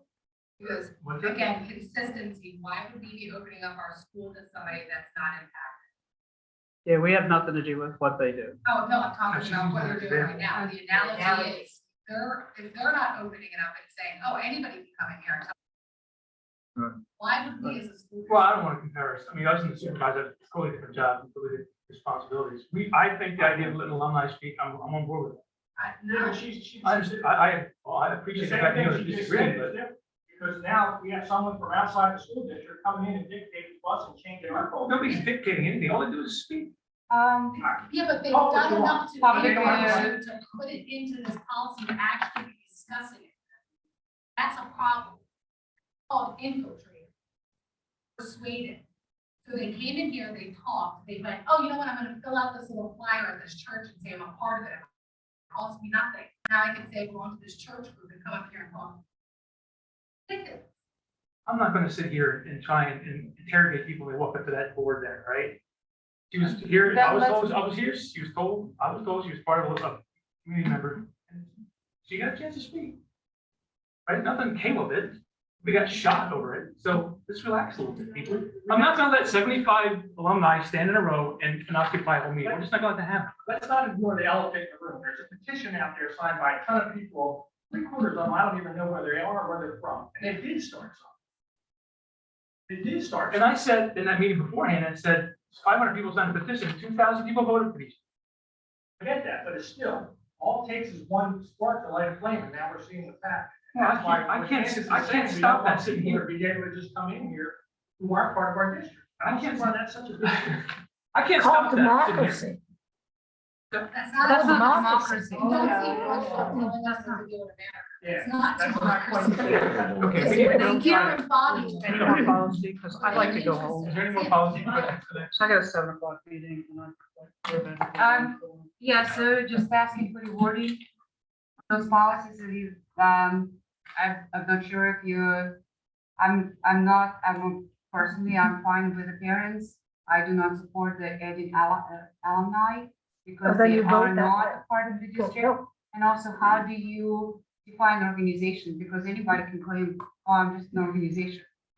So you have to actually, does the organization have to be defined? Do they have like a physical address in Oley where they meet? Or they just like hypothetical group that came up and say, oh, we just decided to organize the group last night and here we are, organization. So where do you draw that line and how you define it? And that's why we're here to talk about policy. Exactly. Because I will stand for my alumni that graduated, but I will not stand for somebody that just signs a paper and throws $5 down and now is a member of this group. And I understand to the point exactly what you're saying. So, you know, I would never want to not respect our alumni who have graduated from our schools. And I hear you, but I also don't want to bring people in that spark a flame that shouldn't even be speaking. Because they're no part.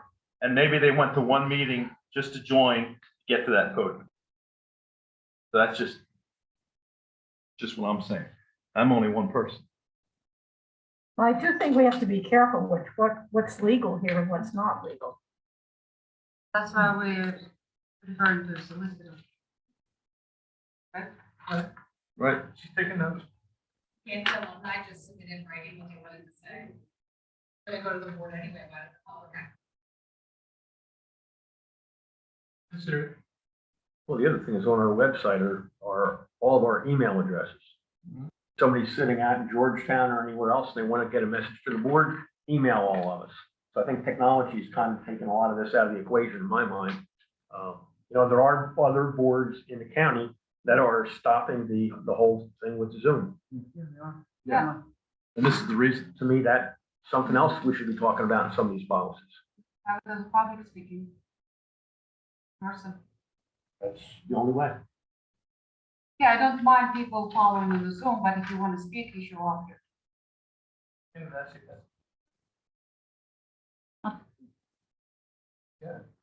Just approve the Everybody's policy. like, you know, some people cannot show up here in person because of whatever reasons, but apparently people that I get want to habits, speak, you know, That's they all. should have, yeah, I do. Wait, Move on. all right, you want me to look at that? You want me to look at I that? really don't want to prolong this, but I do have one more question, so I apologize for prolonging it any longer. It's your committee. I am concerned with the policy that I brought up, the ethics code. You know, the previous policy didn't bring up anything regarding the removal of a board member. From what I'm seeing on the tablet here, but I'm not sure. Is this new? A new amendment to that policy, or well, it's a whole different policy, but you know, the ethics code one is 0. The conduct one. Yeah, the conduct one. I'm just concerned it leads to some things being subjective as to, you know, putting it in the president's hand to make a decision whether somebody's out of line or, you know, That's the way puts them in it a tough spot. That's the way it is now. That's the law. Is there, There's 'cause I didn't see that in this current policy. Yeah, when you look at 24 PS 318 and 319 in the public school code, that's Okay. that's where that comes from. Yep. This was vetted by PSBA. That's where it came from. Okay, And then there is things about like this happens and then this happens and this happens. The other Okay. thing that it does is also makes it well known for whether it's Mr. Pollack, Mr. Heckman, whoever you want to be president. It also gives you what if, in the hopes that you never have to use it. But to remove a board member or to censure a board member or sanction a board member, whatever you call it, it's very difficult to do. And there's a whole legal process. And usually the solicitor does that. So, and I can tell you in 33 years, I've never seen it done. okay. Well, but it's stating though, You can, but there's a whole other end that has to happen with it. Just a public or private request for resignation may be made. A board may remove a member by law and By board law. policy. A petition of 10 resident taxpayers in the district Yeah. may result. But it's an escalating. May result in the removal of a board member by the provisions of the law. That's school law. That's in school law. I'm actually the policy and what it's not 24 PS Education 313.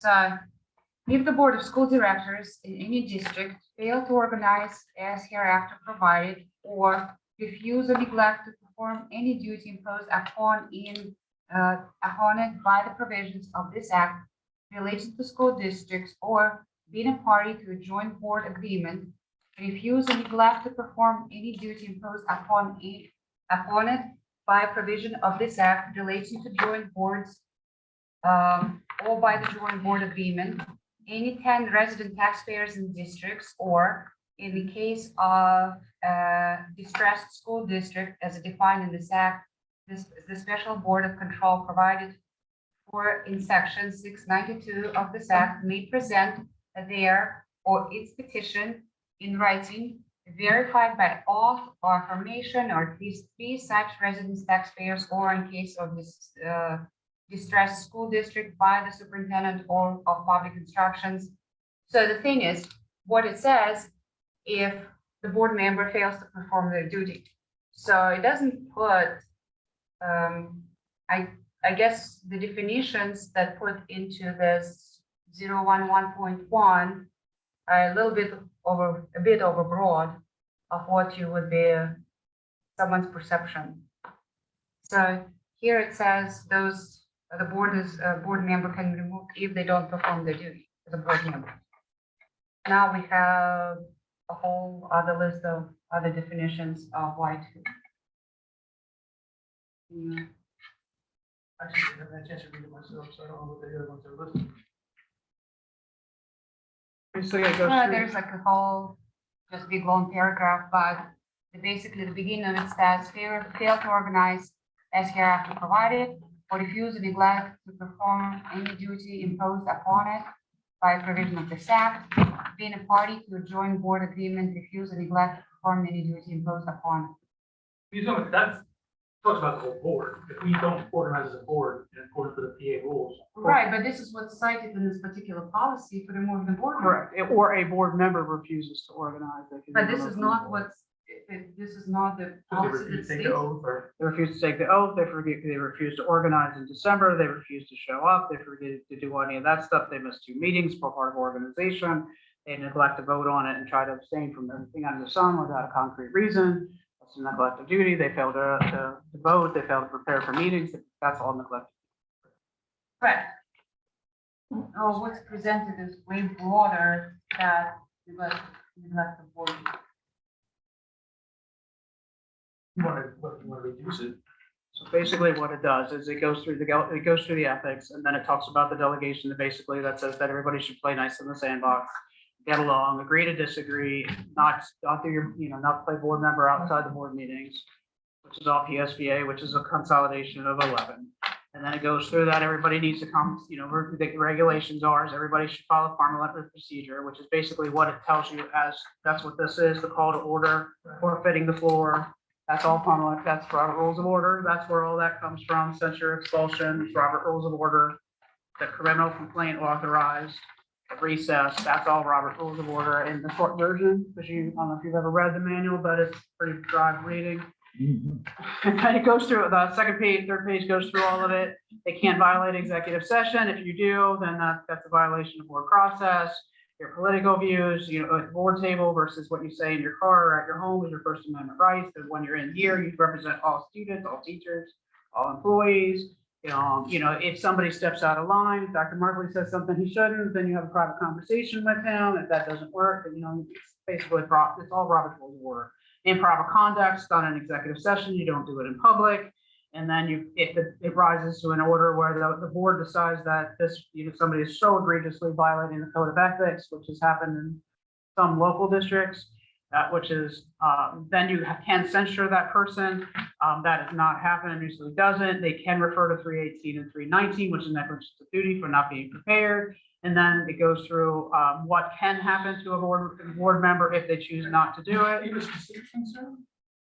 And then this is Robert Rules of Order. And then the guidelines for corrective action is what can happen. I'm satisfied. That's what that is. You have a specific concern? You just think it's too broad of a list? Yeah, it's broad of a list without, anything, anybody can interpret anything. Well, yeah. So just like with bullying, it's gonna be one person's perception, so now we gonna be removing because they don't like the political views or. It's a legal process, actually. It's a legal process, right. We can't just, 8 of us can't just decide we don't want you on the board anymore, you have to out the door. It doesn't work that way. Well, also, I believe you put the voting majority of the board instead of 2/3. usually when I see that any kind of approval with something significant, like even it's 2/3 of the board rather than just a Is majority. that one of these So policies that we're has talking to about be, tonight? it's a in majority this vote. one. Is that one of the policies we're Yeah. talking about tonight? Yeah, Yeah. it's majority vote. That's what's. That's in, So, and I would, that reasonable would be instead of majority, have 2/3 of the vote, if that has to take place. for what? For any vote? No, I think for removal of board member. I mean, there is I'm trying to actually- kind of lose this and beat this up tonight, because it's not gonna happen. So I, Well, but the thing is, if it's not gonna happen, why do you really want to touch on policy? it's because it's a policy. It is a Okay, policy. then if you put it in policy, then should we actually dot all the i's and cross all the t's? Okay. I'm like, okay, but it just I mean, the policy really, is written in accordance with the school law. well, that's why we just debated. Right, it is Thing a majority of a majority vote of the board. That is what the vote is. It is a majority, not a 2/3. No, there's certain circumstances, but I Correct, don't but remember off the top of my specific head to which this ones, item. The specific to this item is a majority vote of the board. But the other thing that this policy does is that all the people that think that one day they could just walk in here and say, we're just going to get rid of Dr. Markley and 5 people are going to vote him off the board from Wednesday night. Then, and it's that easy to get rid of a board member, it's not that easy. And if you haven't noticed, there's a lot of people that, for whatever reason, think it's that easy to get rid of a board member. Once our board member is elected, it's very difficult to get rid of a board member. They either have to have a felony offense, either have to do something that is strong in morality, something that's either violates their constitutional oath to uphold the Constitution and the rules and laws of the Commonwealth in this nation, or they have to like do something to children, which is going to keep them out of schools and a lot of other stuff forevermore, or they're on for 4 years until the next election. And that's what this policy does. It says to people, you can say what you want to do, but even to go to the court with a petition for 10 people, you have to have cause.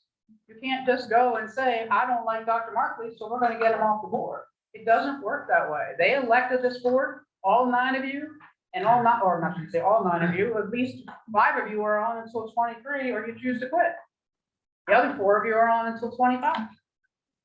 Or choose to quit. Quit tonight. Let me tell you. I'm just saying, I mean, It's getting close. but I'm just saying, it's not that easy. And that's what this policy also outlines, is the process that it's not. You just can't come in and say, we demand Mr. Heckman's resignation. Yeah, well, you can demand it all you want, unless you choose to do it, they can't make you do it. So, So the policy is in accordance with the state law. Yeah, I mean, we have to get the solicitor involved with any kind of removal process. That's what I'm saying. We can beat the policy all I want. The Okay. fact of the matter is, it's so incredibly difficult to do it. Correct. Dotting i's and crossing t's, and that's really not gonna change anything. because it's a public official in an elected position, so he's forced out, Mr. Heckman's forced out of office, which then would also cause him to lose his presidency of BCTC, and then he's forced out of office unnecessarily. He's retiring to Penn State in some mansion up there and with football tickets for life. And you better get 3, because I'm coming, but, He'll sue us and win. you know what I mean? Well, that's the other part, yeah. Yeah, it's a liability issue because you wrongfully terminated somebody from an elected public official office. Haven't we seen enough of those lawsuits? That's Title 7, Title 9, let's start now. Sorry, Okay. set your All timer. right, next one. We have a policy? That's not right. That's not right. What somebody can do is they can go to court, they can look at your codes and everything like that. They can call racial discrimination or whatever was said, okay? They can go to court and they can force you to do They have to that. They can prove, go to court and get a judge to force you to yeah, but remove those they board have to, members, can they not? but they have They have to prove cause, They can. but there's no cause. Well, On what grounds? cause is subjective. No, cause is action. They have to prove a negative action. Action as opposed to saying something. Yes, Right. they have to prove harm, like a discrimination case. How was somebody negatively, harmfully, impacted, thank you. Impacted by that case in order to show harm, just like a discrimination case, or they're all, you can't just say the word, you have to show what was the loss. Usually it's a monetary loss. Yeah, I've already been down that road with our attorneys and my own personal attorney on this issue. Ms. Squirrel. confirm, I thought the last meeting you said that these were gonna be up for the 30-day review, and that's our first reading. Because they kicked it down and made me start over. Remember, we didn't. Yeah, I just wanted to make sure it was gonna be the 30-day review. It's gonna sit again for 30 days, so now we're a month behind. Perfect, okay. just- No, it's not perfect. Can I just, like, we don't understand 90% of what you got. I know you're all frustrated, and I know you're frustrated. I am, because you know, I get that, but the reality is, we don't. And we're trying to learn, and we're trying to understand, and we're trying to be good citizens of our neighborhood, of our kids, and of our schools. So have a little patience. That's all I'm asking. I can see the frustration along. I get that, but the reality is, we want to understand, we want to be on your side. So, if the stuff Yeah, she we just owe it, said we owe it to about the being able to kick constituencies, no matter somebody out of who office elected who. Right. to in these- give them Which is partly why I pulled that policy back out, because it does say specifically how you can have, and in fact, that by that policy, it's almost impossible to happen. Which takes away the fact that some of the people who have been saying, let's make it happen, make it happen, make it happen. It can't happen. Well, you can understand our frustration and our concern. And the policy That's all. pieces that are frustrating for me is that and you know me, I'm for years now, and I'm here all the time. And the fact that we have to keep kicking this stuff down the road, and I've answered the same questions 5 times, like behind the scenes too. Like, how many times can I explain it? Like, I live this world. But this is a new question for us. For you guys, yeah, and new question on the policy stuff, I love explaining, and I can talk all night on it, which is why you keep sitting still with this timer. Like, I would love to even do a Q&A some night with you guys and be able to answer this without having to worry about timing and the board and getting through an agenda. Because there is so much to learn. Like, I have no problem with that, where I could explain it in terms of things that I can't when I'm on camera. You get it, then they change it. You got it. That's why this is, if you see my law library, it's huge. And I've read it all. So I lived this world for 30-some years, you know what I mean? Like, and it's different in the business world, in your world, than it is in my world. So, and my frustration comes into the fact that policy is not to be specific. Policy is supposed to be broad and general. And then from that, we break it down into the student handbooks, into the teacher handbooks, and into our regulations that we live by. Because as soon as we turn around, they change something on us. I mean, Mr. Freed had the great, everything changes in Harrisburg because they don't think about what happens to us. Just go to the gas pumps. Like, they don't think about what happens to us. Sorry. Anything else in policy? No. Let me find my page. Oh, Mrs. Jackson came. Oh, gosh. I told you it was gonna be a long one. We prolonged it just for you. Oh, sorry, I didn't see her. I was trying to talk to you out here. Can we keep going? I can keep- No. All right, you ready? Motion number 1 under curriculum is that we're requesting the acceptance of a German exchange student, Tom Spora, who will be residing with Mr. and Mrs. Jason Deischer of Oley, PA, and has met all the requirements for acceptance for the 22-23 school year. Through what organization? I can tell you this. It's a new one. I haven't. It is, And you know why I asked that question? yeah, I do. Tell us why. Yeah.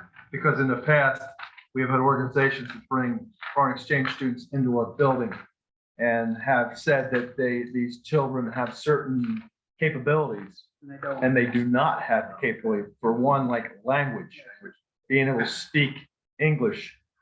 And So they have to have, most of them have to. they have should be English able to as a communicate second- at in least English. enough. Okay. Where in the past, we've actually had foreign exchange students a long time ago. They could not speak anything. And you're wondering what agency's handling this. Yes.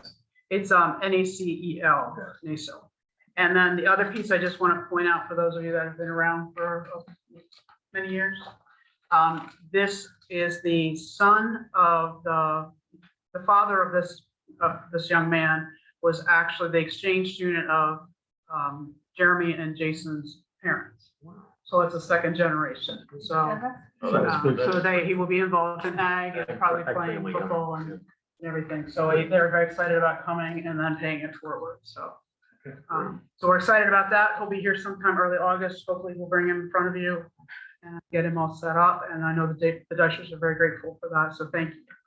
Number 2 is the dual enrollment agreement with Del Val. We did update that, trying to get more credits approved through Del Val. for 22-23, continuing to get like the vet tech and some of those approved. But, right, Boring. Um,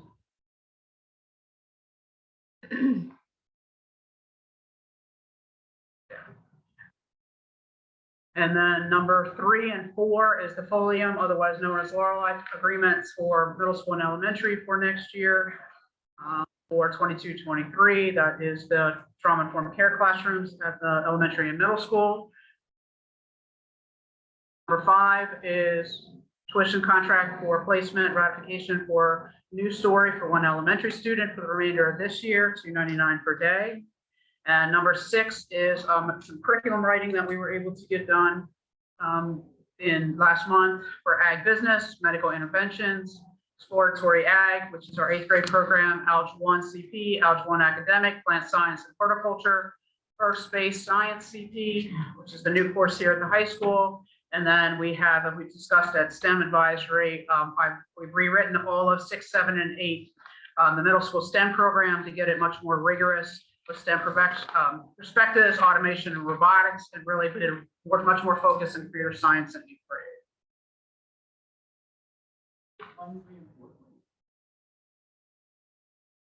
Number 3 and 4, years ago, we actually implemented a trauma-informed classroom, which we kind of call a transition classroom. It is for students who experience they're at risk either behaviorally or academically or combination thereof for mental health and trauma that they've experienced as young people. And they get the support they need academically as well as behaviorally, socially, emotionally, so that they don't have to be placed out of district. So then they can run, and they do a lot of our therapeutic supports within the school district, so we don't have to send them out. So if you place a student out of district at those age groups, could cost you anywhere between $80,000 and $85,000 a year per student. And these classes could run between 10 and 15 students per year. So you're actually saving between $300,000 and $400,000 a year. But they actually meet the students and do what they need therapeutically in the school setting, and then they're with their peers, and then they ride our transportation, all rights and privileges thereof.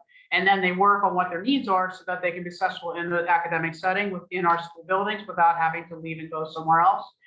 We've seen a great success rate in getting them the help that they need so that they can be successful and then be out and be able to continue to grow. We have more and more students who are struggling academically, especially now post-COVID, with mental health issues in our youngest learners, especially. I can't hear you. How many students take advantage of Elementary, you can have up to 10 to 15 in the class at one time, self-contained. But we have students that come in and out of the class throughout the day, so they could be seeing anywhere between 20 and 25 students at any one time. And in the middle school, we average between 20 and 25 in this particular program. And then I have another mental health program that we run in that building as well. That is straight individual counseling, where students receive individual one-on-one counseling sessions with a certified therapist as well. The mental health issues across the district as well in our neighboring school districts, especially post-COVID, is really becoming a very serious issue. Do we bring people in? No, we have enough student need in our district alone that we could put a 3rd class in and I could fill it tomorrow. Where are these people?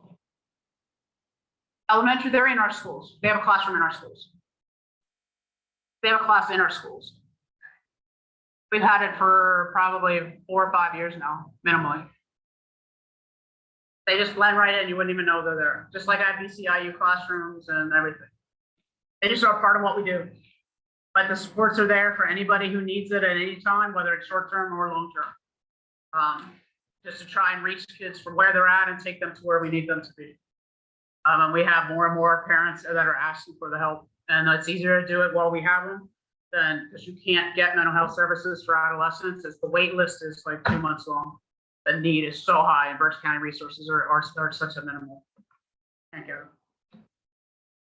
It was bad before COVID. It's even worse after COVID. There just are not enough adolescent places for kids, and they are really starting to struggle. We're seeing it now, especially in the last month. like the wheels are coming off the bus with a lot of our kids' mental health. Even that it's now it's over? Yeah, it's worse now than it has been. Yeah, what's that sound like? Like, in other words, what is the reasoning behind that? Reasoning, we're still trying to figure out all of it, but we are I seeing. mean, what are you hearing? In other words, why is it? What is the main problem that's making? After COVID, masks have come. Oh, it didn't have to do with masks. I'm just saying, that's just a, Yeah. I'm just saying, it's. We have essentially not, being memory hold by the media. So, in other words, I'm just saying, you're seeing an uptick. well, we're seeing enough, I mean, like right now, like last week, this week. I would see since Christmas, we have seen a tremendous impact or increase in mental health across the district. Since COVID's been Since going Christmas, away. yes. More so than we had before. What are you hearing is the reason for that? We have not even got to the deep dive into the root cause of the issue. What we are seeing an increase in is depression, anxiety, withdrawal, lack of motivation, lack of focus, ADHD-ness, increase in non-attendance to school, trying to get kids out of bed, lack of parent attention, parents not having, asking us to help with to get their child to school, help to keep their child in focus, help their child to get passing grades, child if they're, to keep them on task. More and more requests that we're trying to meet across the district. At some point, you're going to have to look in the next 2 to 3 years minimally at either getting a homeschool visitor on staff or a contract social worker. And honestly, I wouldn't have said 5 years ago that would have been on my tip of my tongue for this particular district. But you're going to have to look at finding a way to fund those positions in the next 2 to 3 years within what I'm seeing. So you'll see that on your long range plan. Not that you need to look at it immediately, although I am looking for grants to try and piece it. But that is going along with your homeless, your foster, all of those other pieces. And I'm sure. Systemically. No, we're not. Sure. It's not just here, but So we'll all get their heads together. Hopefully, come up with at least a cause. we don't have time to look for a root cause. We're in reactive mode right now.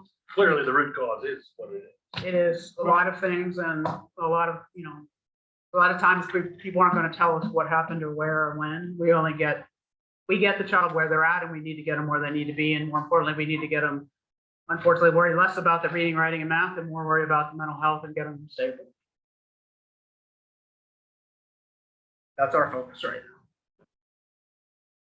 now. Oh, sure. When will we get an update on those scores and comments from our leadership on those scores that we saw?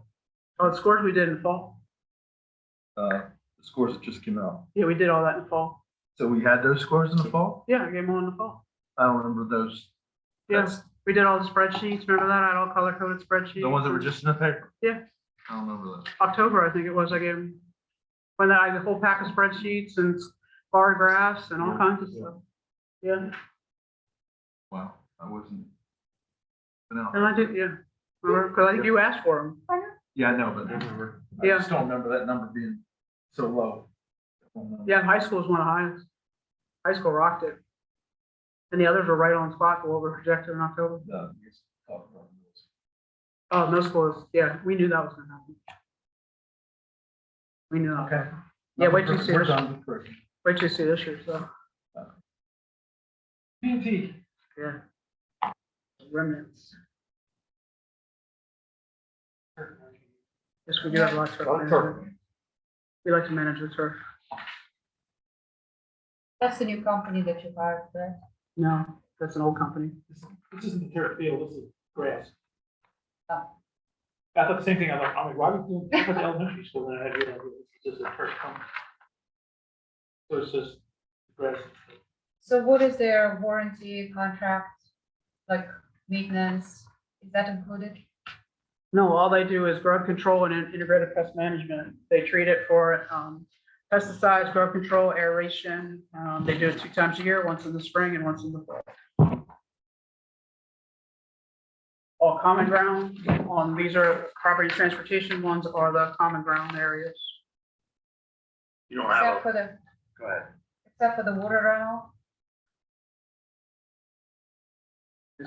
This is for Is the, that like a water basin by the middle school? I believe? this has nothing to do with the water basin. This has to do with the large grass areas that are not athletic fields. Like growth control.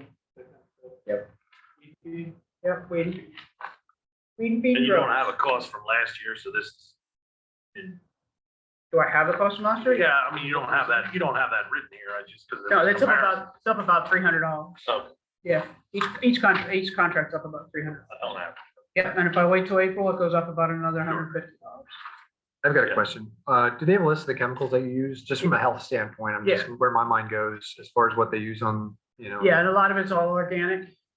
Okay. And they integrated. I have concern. I mean, there's now lawsuits about glyphosate and, you know, that's where my concern is health wise. Yep. So, And a lot of what we use is all organic. It is cleared for schools and we have the pest management sheets on file. okay, great. If anybody ever asks for them. And then we do all the postings, and that's why we contracted out, because we don't want the liability on that.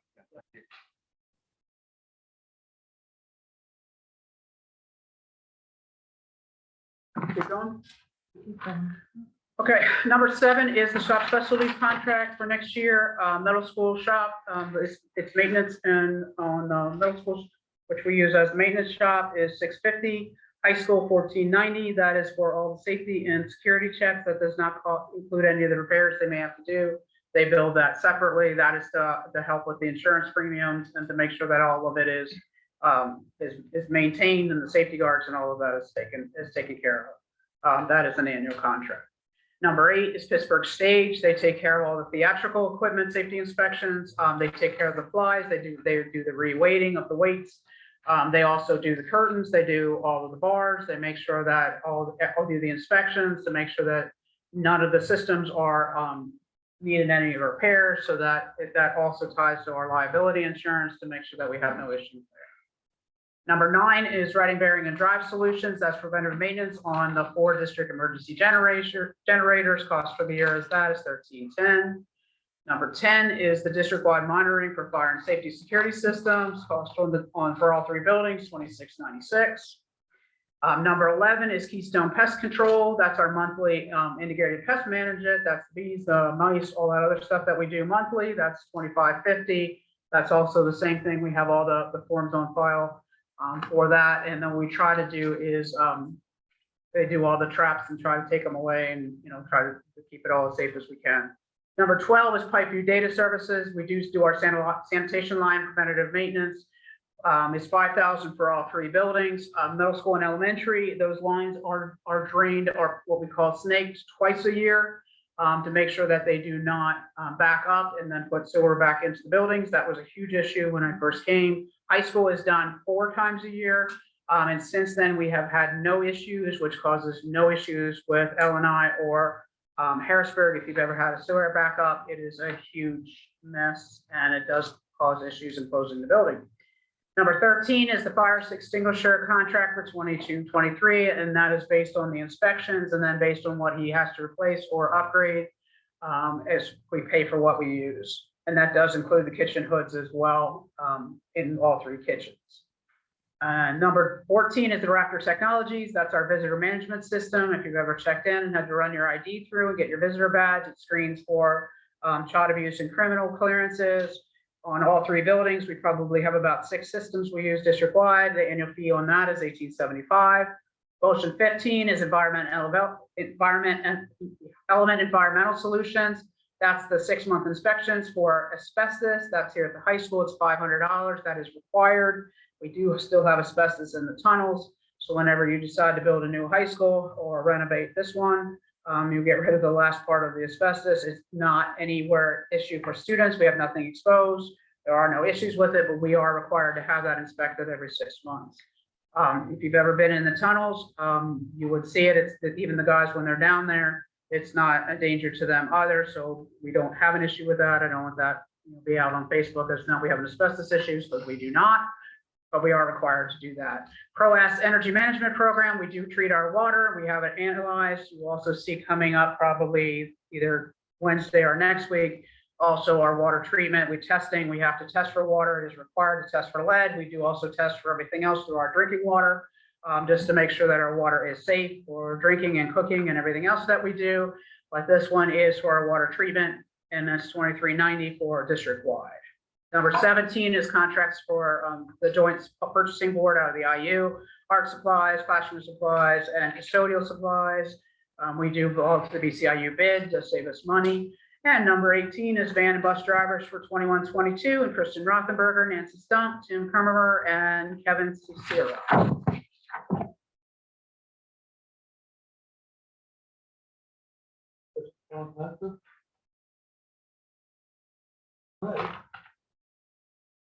Mrs. Jackson? You're just get back there.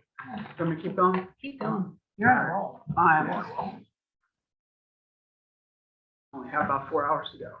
Student activities. Number 1, we have an anonymous donation of $650 from a community member who donated after the STEM advisory meeting that for STEM books and materials to the elementary for Mrs. Conrad and Ms. Hoffman, or citizen scientist kits for the elementary STEM and our student outreach program. We're actually developing student kits that students will be able to, we call them citizen science kits, where you can take them home, do science experiments in the summer with your family, bring them back, trade them out, kind of a take home play, bring them back, and all part of our STEM outreach program. So thank you for that. I will send a thank you to the anonymous donator for that. Number 2, ratify the Oley Valley football and cheer 22 season registration flyer for students in grades K through 6. Number 3, contracts for RPI for the athletic field turf management, vegetation controls for spring and summer. This one's out of the athletic budget for high school and middle school athletic fields for the spring, and then the summer for high school and middle school. Motion number 4 is approve the extracurricular and co-curricular appointments and compensation. Middle school softball head coach, Bob Kutzler, middle school softball, Jamie Harrell. Thank them very much for stepping up. If it weren't for those two stepping up this week, we would not have had a softball program, so we thank them. Middle school assistant track and field, William Belfonte, middle high school JV baseball, Ryan Peterson. And we thank 2 of our graduates, head baseball, Andrew Loper, and middle school assistant baseball, Peyton Rowe, who have stepped up to save the middle school baseball program, because without those 2 young men, our alumni, we would not have had a baseball season at the middle school. Because it came down to 1 week out, but we found coaches. Motion number 5, volunteer spring coaches, John Capilano for high school baseball, Caitlin Droback, another great graduate, high school softball.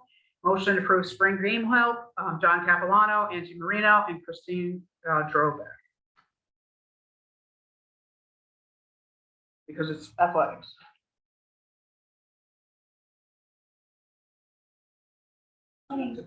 Number 1, how many kids did that get?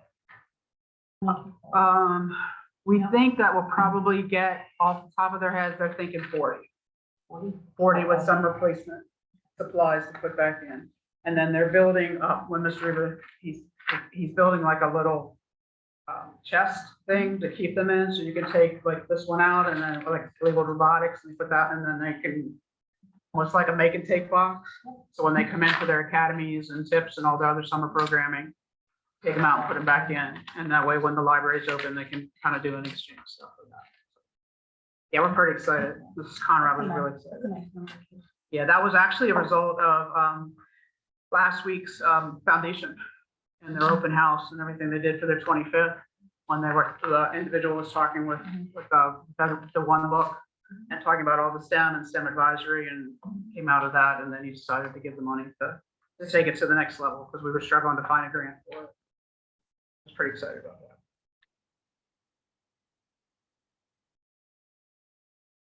that. Questions, student activities? Communication? Take it away. Take it away. I don't know how you're gonna handle it. I had sent it out to communication and. Yeah, I mean, copy I on guess it, anybody but- was sent, Dr. Shank sent an email out with all these suggestions that came in online. To the committee, I didn't send it to her. But you said they were? No. I posted them online, they're on the board, but since I'm on a roll anyway. The suggestion box online, and this is just my professional and personal opinion, but I'm just gonna say it. It's been up for 3 months now, and I understand the intent behind it when it was posted. But I did send it to the communications committee and only to the communications committee. And I didn't share it with you, but I'll give it to you, Mr. Vice President. It's turning into a bashing thing, whether you're on the right side, the left side, the middle side, the upside, or whatever. My concern is that it's not. I got 2 constructive comments in it that I need to remember to turn the camera to whoever's presenting in the presentation, which we tried to do for ag. And then I think there was another one. I did order 2 more mics and another extension so I can get mics closer to the short mics, closer to people who don't have to like lean across the table. Mrs. Jackson got a longer mic. And I think Mrs. Zachin got a longer mic, so she doesn't have to reach across the table. That's the only 2 positives I've gotten out of. And I don't know what you want to do with it. Because even Mr. Rock, we monitor, and there were some comments we took down and did not include because the language was not appropriate. And there is no accountability for who posts what. And Because you don't use your name. yeah, you're not required to use your name. Now, some people are, and I appreciate that, and they include their email with it. No, I don't usually put that on there for obvious reasons, but there is a follow-up if we would have a question. Just as I did on the one who couldn't see and wanted to make sure that, or couldn't hear, to make sure what they couldn't hear. But I don't know how to change the wording on the survey to make it like, how can we do things better and not, whatever the issue of the day is. Right. I know, but I just, Well- I'm putting it out there. Absolutely. I mean, if we get even one constructive thing from it, it's worth it, in my mind. Because Is it taking a lot of time? Is it taking a lot of time out of your day to do it? Or somebody's day to do it?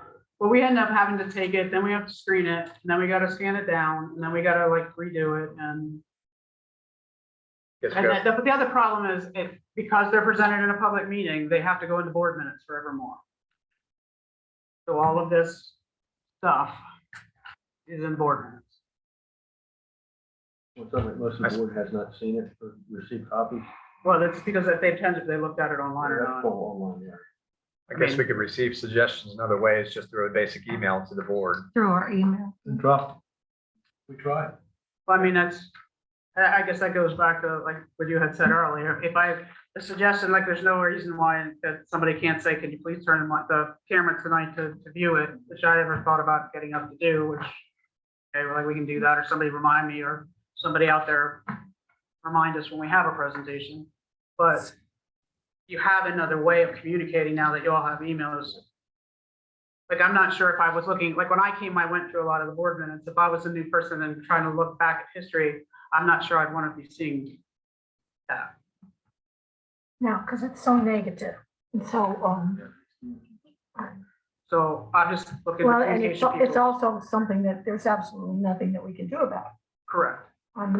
Suggestions to me are like you were saying, something that can be done about it. There's nothing that can be done about this. I mean, if they want to have a Q&A, we can do that. Like, so people can ask questions, like they were talking about things they don't understand and maybe want to know more about that we don't talk about here. I have no problem doing that on another night where we're not trying to get through an agenda. Or if you have a topic and send me a list that we would like to know more about this, this, and this. So I have no problem with that. I like to talk about what we do, or you want to see programs or whatever. But I just want to talk about kids and what we can do and how we can make things better. I'm tired of the negativity. I'm tired of the negativity in the paper. I'm tired of and to be honest, I am tired of trying to talk people into not leaving. I'm tired of people like signing up for interviews and then backing out because they watched our videos. I'm tired of not getting people to apply. I am really concerned, as I expressed to Mrs. Zachin, about our hiring potential right now. I mean, our reputation is not good and we need to fix it. That's my concern, and I don't know how to do that, and this is not going to help it. The mosaic was excellent. Thank you. And I heard people behind me saying, Oley has the best music department. And we in the do. county." We do. Well, we So better. there's the. Yeah. We better. It was the best. I've been going to, I said earlier, Dr. Shank, I've been going to concerts and the like for a whole lot of years. And that was absolutely positively the amazing. best performance. If you So walked many out of students. there not happy, you had to be happy. Oh, yeah. Because Well, and it our was students just were so, happy. They were enjoying I themselves. know, had a they good were time. having so much It was fun. very evident. Fantastic. And the organization from the Yeah. teachers, Yeah. the teachers, it took a village. it was amazing. Yep. Yeah, it was awesome. It should be posted by midweek. We had some editing to do with that, because we had multiple camera, that was hard one to, it's just everywhere, but, yeah, and then my two main camera people were not available, so, But it was. but, yeah, so we'll have it up on YouTube, but I don't know, I want to get back to the positive, which is why you're getting the student stuff, and we need to focus on that, and, we're gonna have issues, we're always gonna have issues. But there's so much to celebrate in this district, and there's so much to be proud of, and we need to get back to doing that, but, Is this part of the policy?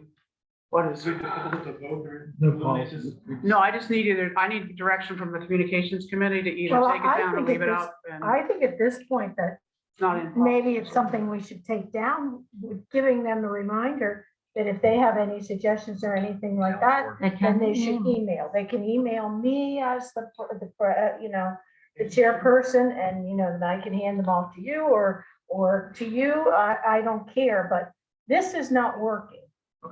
I don't think. I can put that on the board website, suggestions on how to make things better, email, and put yours, I'll put all three of you at committee, Yeah, I That think way. that's perfectly fine. and then just send me whatever you get, and then I'll list them on the agenda, Right. and then I'll I save think Jen that one still last thing. to do, serves a too. purpose, but, and, because then if you send an email, you do have to. Sure. Yeah. Your name has to be on it, right? Because I don't personally read anonymous things, because I think if you don't have enough courage to sign your name, then it's not personally something I want to read. Right? Yeah. Oh, okay. Anybody that concerned with taking that? There we go. I mean, we tried it. Yeah. It didn't work, I'm just hoping we have more concerts, have more events, have more. If you were at the foundation, I think Oh, that's that was excellent. phenomenal. That was excellent. I mean, that really showcased their Beautifully, programs and what yeah. our teachers are doing, and Beautifully the organized. students that we're doing, and then the Links Expo in May, and it's a board night, but we're starting at 5:30 that night. With the Links Expo, is kind of the bigger version in all three buildings of what you saw that night. So that'll be district-wide. That was the mini version, then we have the big version coming out of the same thing. And then it'll also be music, and it'll be the humanities as well as the STEM side, to showcase district-wide everything that we're doing. And people need to see it, because we're not what people say we are. That's the thing. You We are left so that, far ahead. yeah, if you left that, the Education Foundation that night and the concert, I mean, this school district's got a lot of very, very good things going on. And me and my wife were just impressed with both, with the labs, with the FFA, the food lab back there, with the anatomy table. That blew my mind, because I actually worked on a physical cadaver, and that was so cool that they could. Yeah. It was just a great piece of equipment. So, for what it's worth. And you need to jump in on the partnership with the chiropractors that we're doing, like they're bringing in like patients on Saturdays, and so they can see like, this is what your x-ray looked like, and this is what happens when I like do my thing, and why you need to do what I tell you to do, and just because then it's a teaching tool. Yeah. And that, I'm just showing. yeah. But I mean, like, it's different when you can see it, and then, and what happens, and like, it's just, and then the kids actually do the lessons. And then be able to see the feeder system coming out of the elementary and the middle school, and what the young people, especially when you get down to the elementary and you watch what they're doing down there, and I'm like looking at these sixth graders and the 6-year-olds, and I'm like, no way I could have done that in first grade. Just amazing. I have a suggestion. The Mosaic concert, unfortunately, somehow I kind of totally missed the reminder. Is there any way maybe sending text messages to remind about all these events? Because I know Mamma Mia is coming up. I was trying to get some tickets, and then the website hangs, so I got, I'm not sure if you can even buy something at the door. I just put it in my phone, I completely missed Well, it. I have on me. I emailed me Yeah, out on how to that's like get I was- tickets, and so- I offered to get tickets, and no, I'm just something kind of a way to remind it, because it's I on the want- schedule. I Listed on our agenda. I take that agenda and put it in my calendar. Right. That's- Right, Well, and I and- sent and out the how to get last- tickets. The and last offered board to get meeting that we tickets, had and- all the I mean, events. that was a listed. month ago. We always do. Do it the old fashioned. You have one more piece. and then we're done. Okay, so if we're done with that, then the only motion I'm gonna have is to, again, we're gonna ratify and update the health and safety plan. Essentially, we're doing is moving mask on, but There's two pieces. The mask on buses is gone as of the 24th. I had sent that out because I knew that CDC was going to end it anyway, so I just ended it early. And the other piece that is gone, which I forgot to send out, but I didn't think anybody would care, is the fact that if some unknown reason, who knows why, that we would have to close because of COVID, which isn't going to happen, but extracurricular activities or co-curricular after school does not have to end anymore. Goes back to where we were in the fall of 21. So I took that out of the plans too. They are posted on the website. I just need you to ratify it so that I have it officially for the PD report that I have to. Don't have contact tracing anymore, right? No, we have to yes, we have to contact trace, but we do not have to quarantine. So we have to notify under the law, but we do not have to quarantine. I had a friend who just sent me a thing about this, and I don't know where we could do it or anything, but like that, a reminder to be sent home now that masking is optional, that parents should be speaking to their kids about the fact that if there are kids who still wear masks, it's for a reason. For instance, I wear my mask because I have COPD. Right. I don't have a choice in that. And so the kids aren't going to be asking or picked on. And once again, we get into the bullying because now they have a mask on. So I think that has to be reiterated in that this is a personal choice, and it could be family problems. It could be a lot of reasons why people are still wearing masks. Because I get asked all the time, why are you still wearing masks?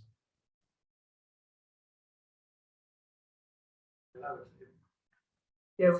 We don't, Okay, I'll stop asking you. I think that the high school in particular, and I'm sure the other buildings have the messages up, like Mrs. Finn already has up out there, Yeah, we all right do. across from the hall. Yeah. It's very my statement, straightforward about you like that? respecting each other. Yeah. We certainly can put that message on our website. It's right out there, and it sums it up really nicely. We have So, that up everywhere. I've not heard of any issues. We still have some staff that wear them too. Like, nobody seems to care. I have some drivers that do, some that don't. You know. Yeah, I just But yeah, I'll remind them. just thought it was a parent who had spoken to me about it, that I guess her child was questioned about it. So I just thought I'd throw it I out. do have one bit of unfinished business. We did talk about a tour of the Berks Career and Technology Center East Campus. Right now, it's being scheduled for May 10th. This is Tuesday, probably meeting at about 8:30 a.m. in the lobby.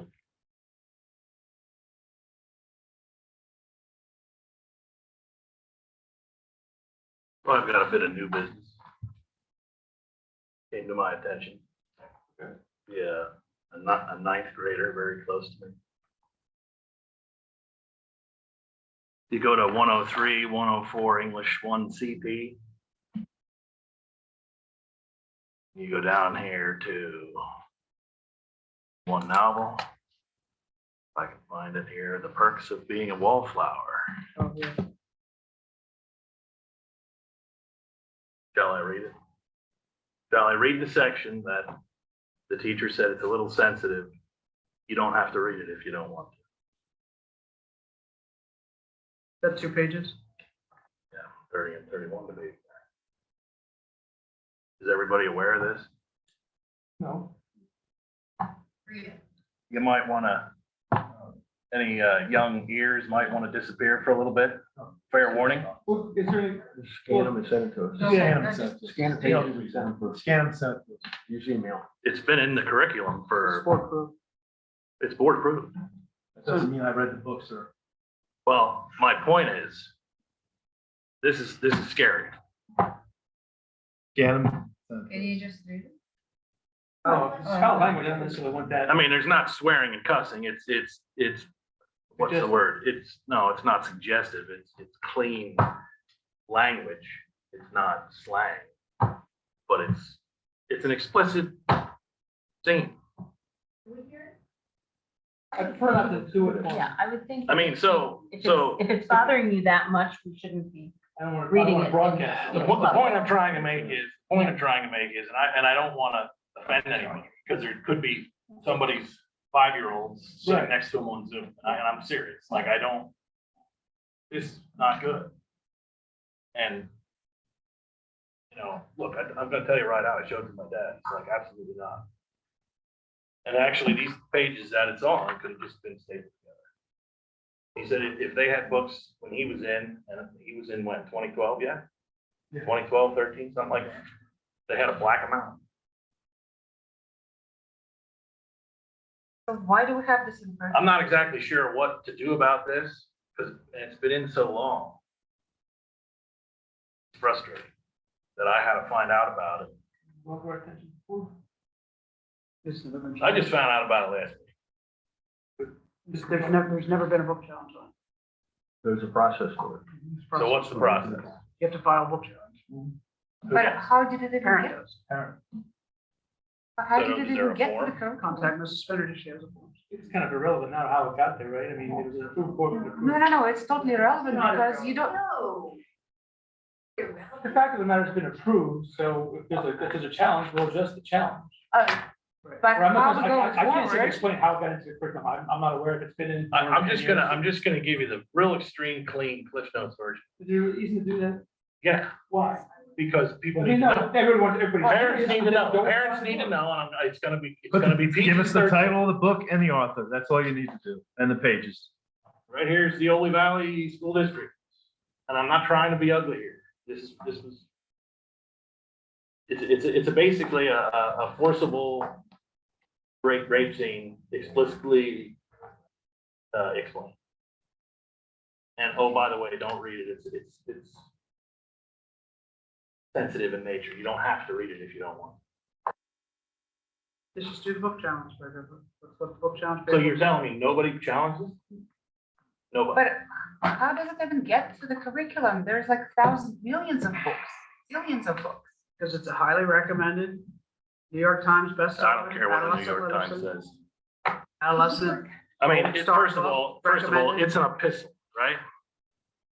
I mean, my dad said he read Flowers for Algernon, 1959, Daniel Keaton. Yeah, now that one's been challenged. Over what? Flowers for Algernon? Language. That's been challenged. Then, yeah. That's been challenged. I mean, we're talking, you can just keep listing. Dracula, Who would have purchased that book? that's what I want to know. Who would have purchased that book if it hadn't read it for the school district? Who would have done that? What age is reading this book? Ninth grade, 14-year-olds. Ninth grade, 14-year-old. I think the And you don't think that they watch like SUV on television? That's This is irrelevant. not That's This irrelevant. is not curriculum. This is What not they do educational at program. home and on their own time, I don't agree with either, but we shouldn't be adding it to the curriculum. We should give them a respite from junk that they may be getting at home here.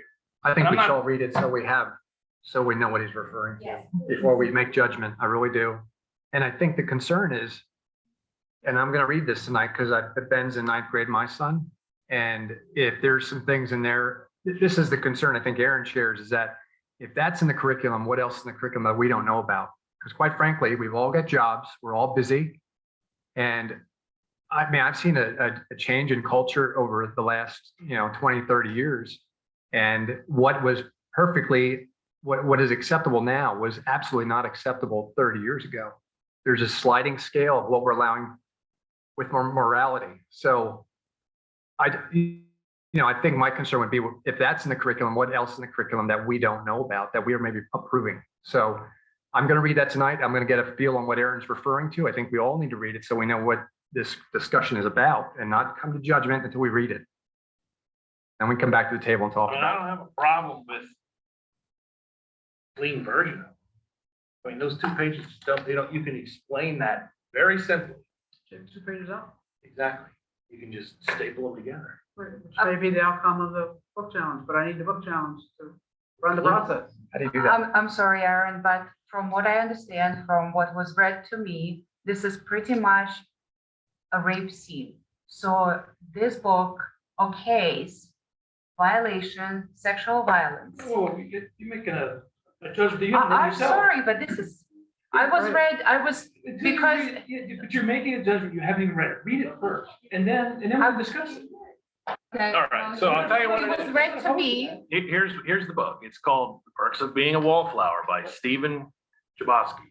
think there was even a movie. There is a movie. Yeah, it's PG-13, and that's a lot cleaner than this. We all need to read it. See what he's referring to. I mean, I just, I understand. I gotta find it and read it myself. But, and I'm not saying that, I mean, you need to do the process, because then I gotta do my job once you do the process. so I should call her tomorrow or Yeah, email just her? email her more, just to do the forms, you fill out the forms. Then we run the process and according to policy, and then it goes from there. But I'm just gonna say this because I need to say this, but just as you object to it as a parent, I can tell you that there'll be a lot of other parents who don't object to it. And I get, I get you do, and I respect that. Don't get me wrong. But for every parent who objects to it, there's gonna be somebody who doesn't. And if the issue we have with flower shroud was a book challenge, we had as much pushback on the people who wanted flower shroud as we did on the people who didn't. And that was the interesting thing that I found, and that was in the early days that I came, is that there's always two sides to the story. The people who wanted their children exposed to that literature, that it was the people who didn't want their exposed to that literature. We'll probably have the same thing with that, which is why we always provide alternative assignments. And in that English literature, if you didn't want your child reading such literature, then we have alternative assignments for them. So, That's the way it's always written, and that's why the books are always listed on the syllabus that your child reads it or receives at the beginning of the school year. And they're brought to curriculum, whoever was curriculum, way back, whenever that happened. well, if you look on the thing, it was dated January 2021. Okay, can I What finish? was January 21? The I'm sorry, curriculum. it was January 21. I thought we just rewrote that last year. Go ahead. I'm sorry. Go.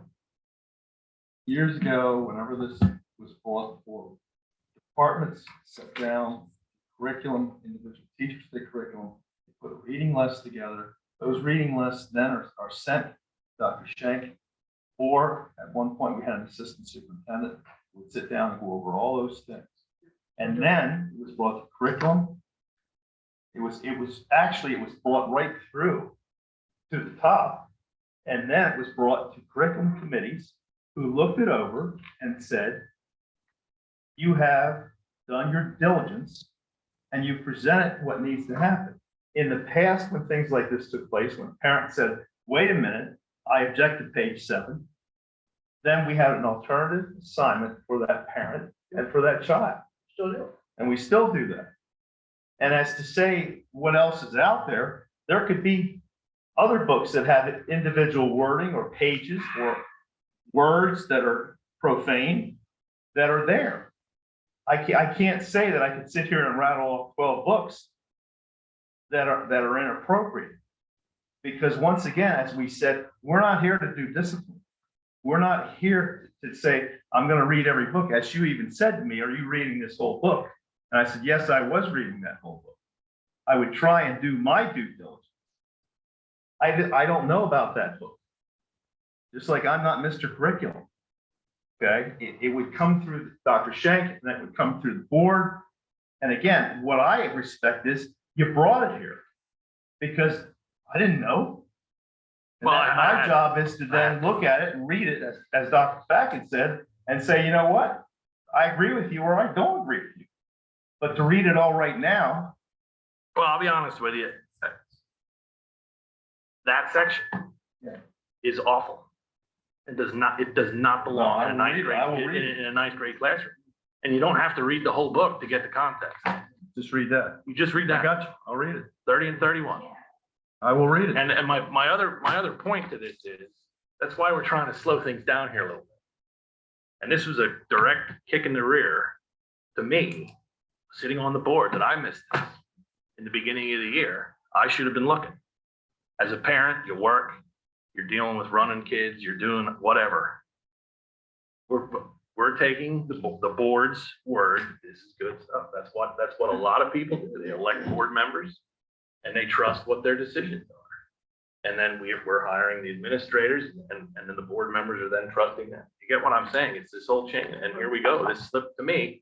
This slipped To you, through the it did. crack. But to you, But to somebody else, it may not have. but that's the thing. To you, it's not appropriate. It's not the whole book.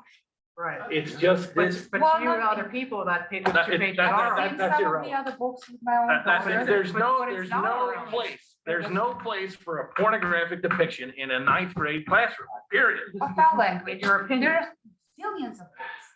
experience. We don't need to go to any profanity. We don't need to go. Listen, there's You a talk about code of process. You can ethics. challenge That's fine, it's getting challenged. Read it. I Read it. do. I mean, We'll read I'm it. absolutely at my wit's end Parents are with this. concerned with books, by all means, bring them challenge, but the fact of the matter is you Is need it to. a teaching book or is it a library? Did every student? No, every student has this book, or, yeah, they did have an option, but they would have had to know ahead of time. Crap, that they But could- it's not a library. It's in the classrooms? I mean, Yeah. it's not. Yeah, Wait, there's studying English. 60 books, 80 books, I don't know.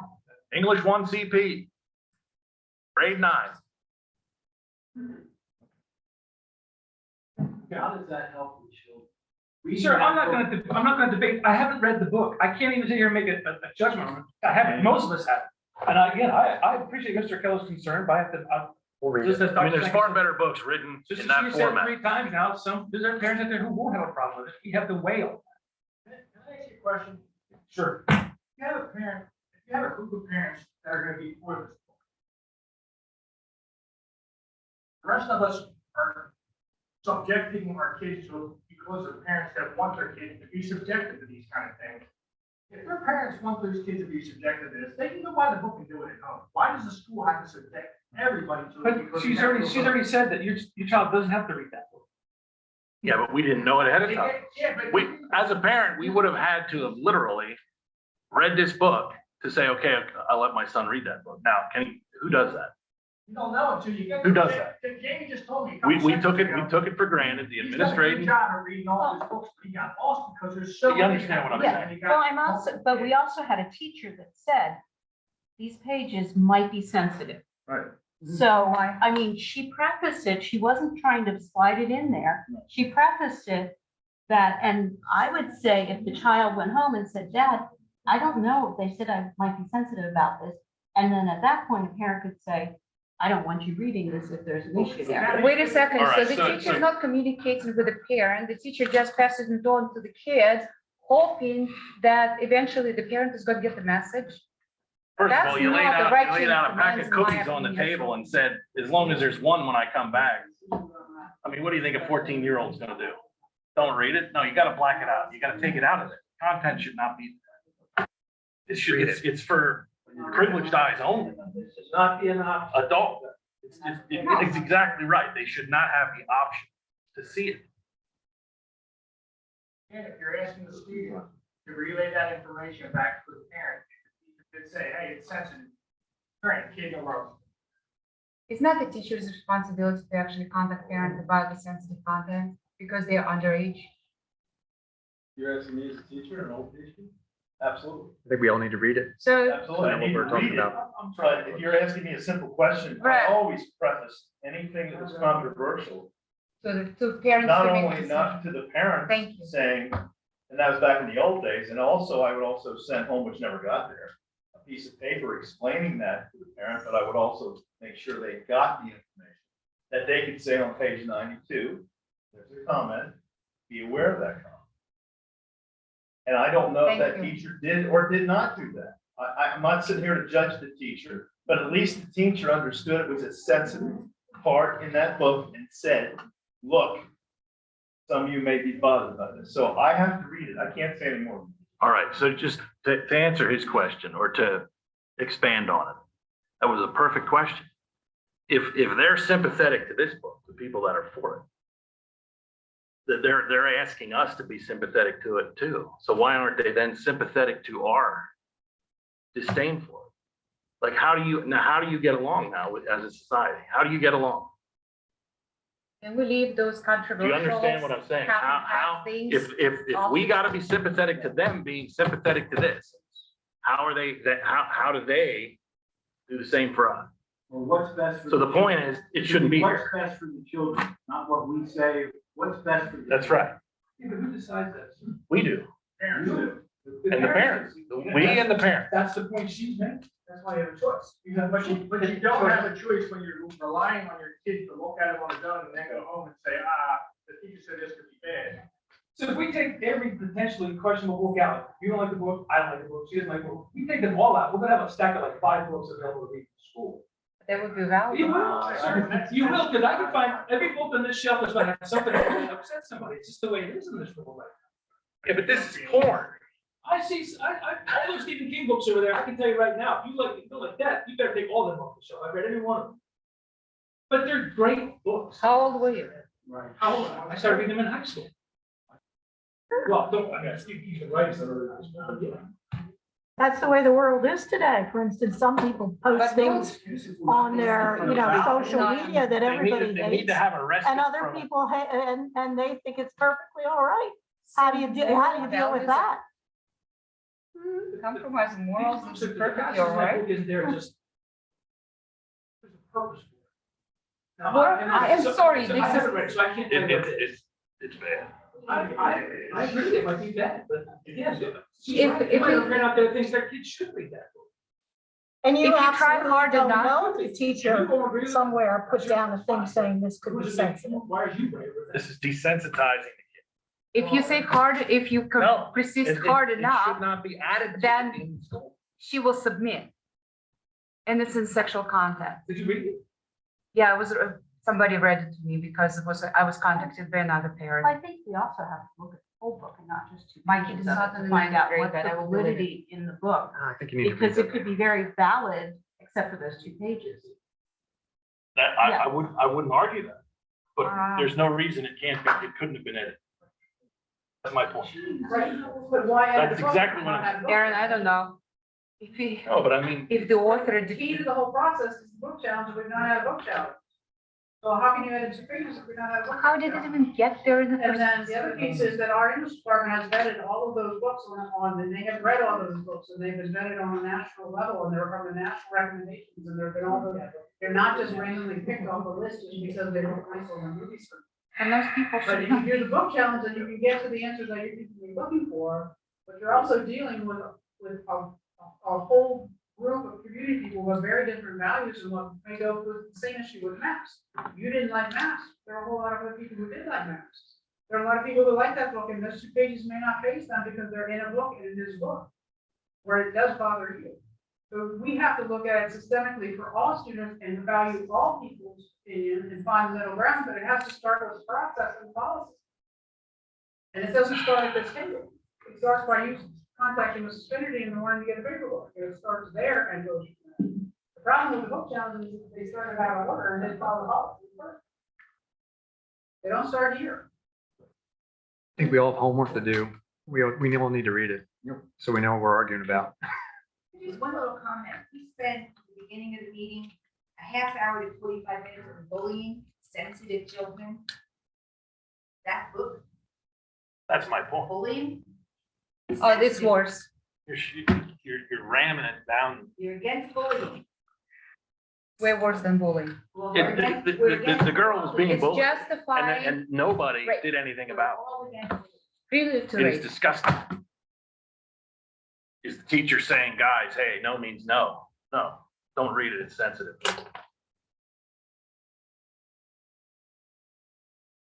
We're not gonna solve it tonight. I mean, I understand you ran on as much as you want, we're not gonna solve it tonight. There's a process to challenge the book. The rest of us on the board have to read the book to make sure we can understand the context, and then we can go from there. So It could be simple as missing two pages, it could be simple, so you run book the process, that's in policy. It all starts there. Yeah, and how those books cannot bypass parents in the future. My wife photocopied everything. We did not get a consent form There is no. in the beginning of the year. You get a syllabus that has the list. Way it works. And who decides which book out of the syllable is going to the students without contacting parents? The syllabus list is divided by the professional staff. They determine it's all. And then it's presented to the board for a vote. All approved in the curriculum. The lists are all approved, the courses are, the books are approved. in the curriculum. So I what think part we does need the to use teacher our do in 30-day this? review well. Okay, what part does the teacher, where does the teacher herself or himself involved in getting which book is going to the children? How is it relates to parents? Does parent have a choice, has a voice? Where is actually the person who gave these books in the hands of children? Where is Teacher this presents the responsibility? syllabus. Teacher presents the syllabus at the beginning of the year. They have the back to school night. They present the syllabus, they go over it.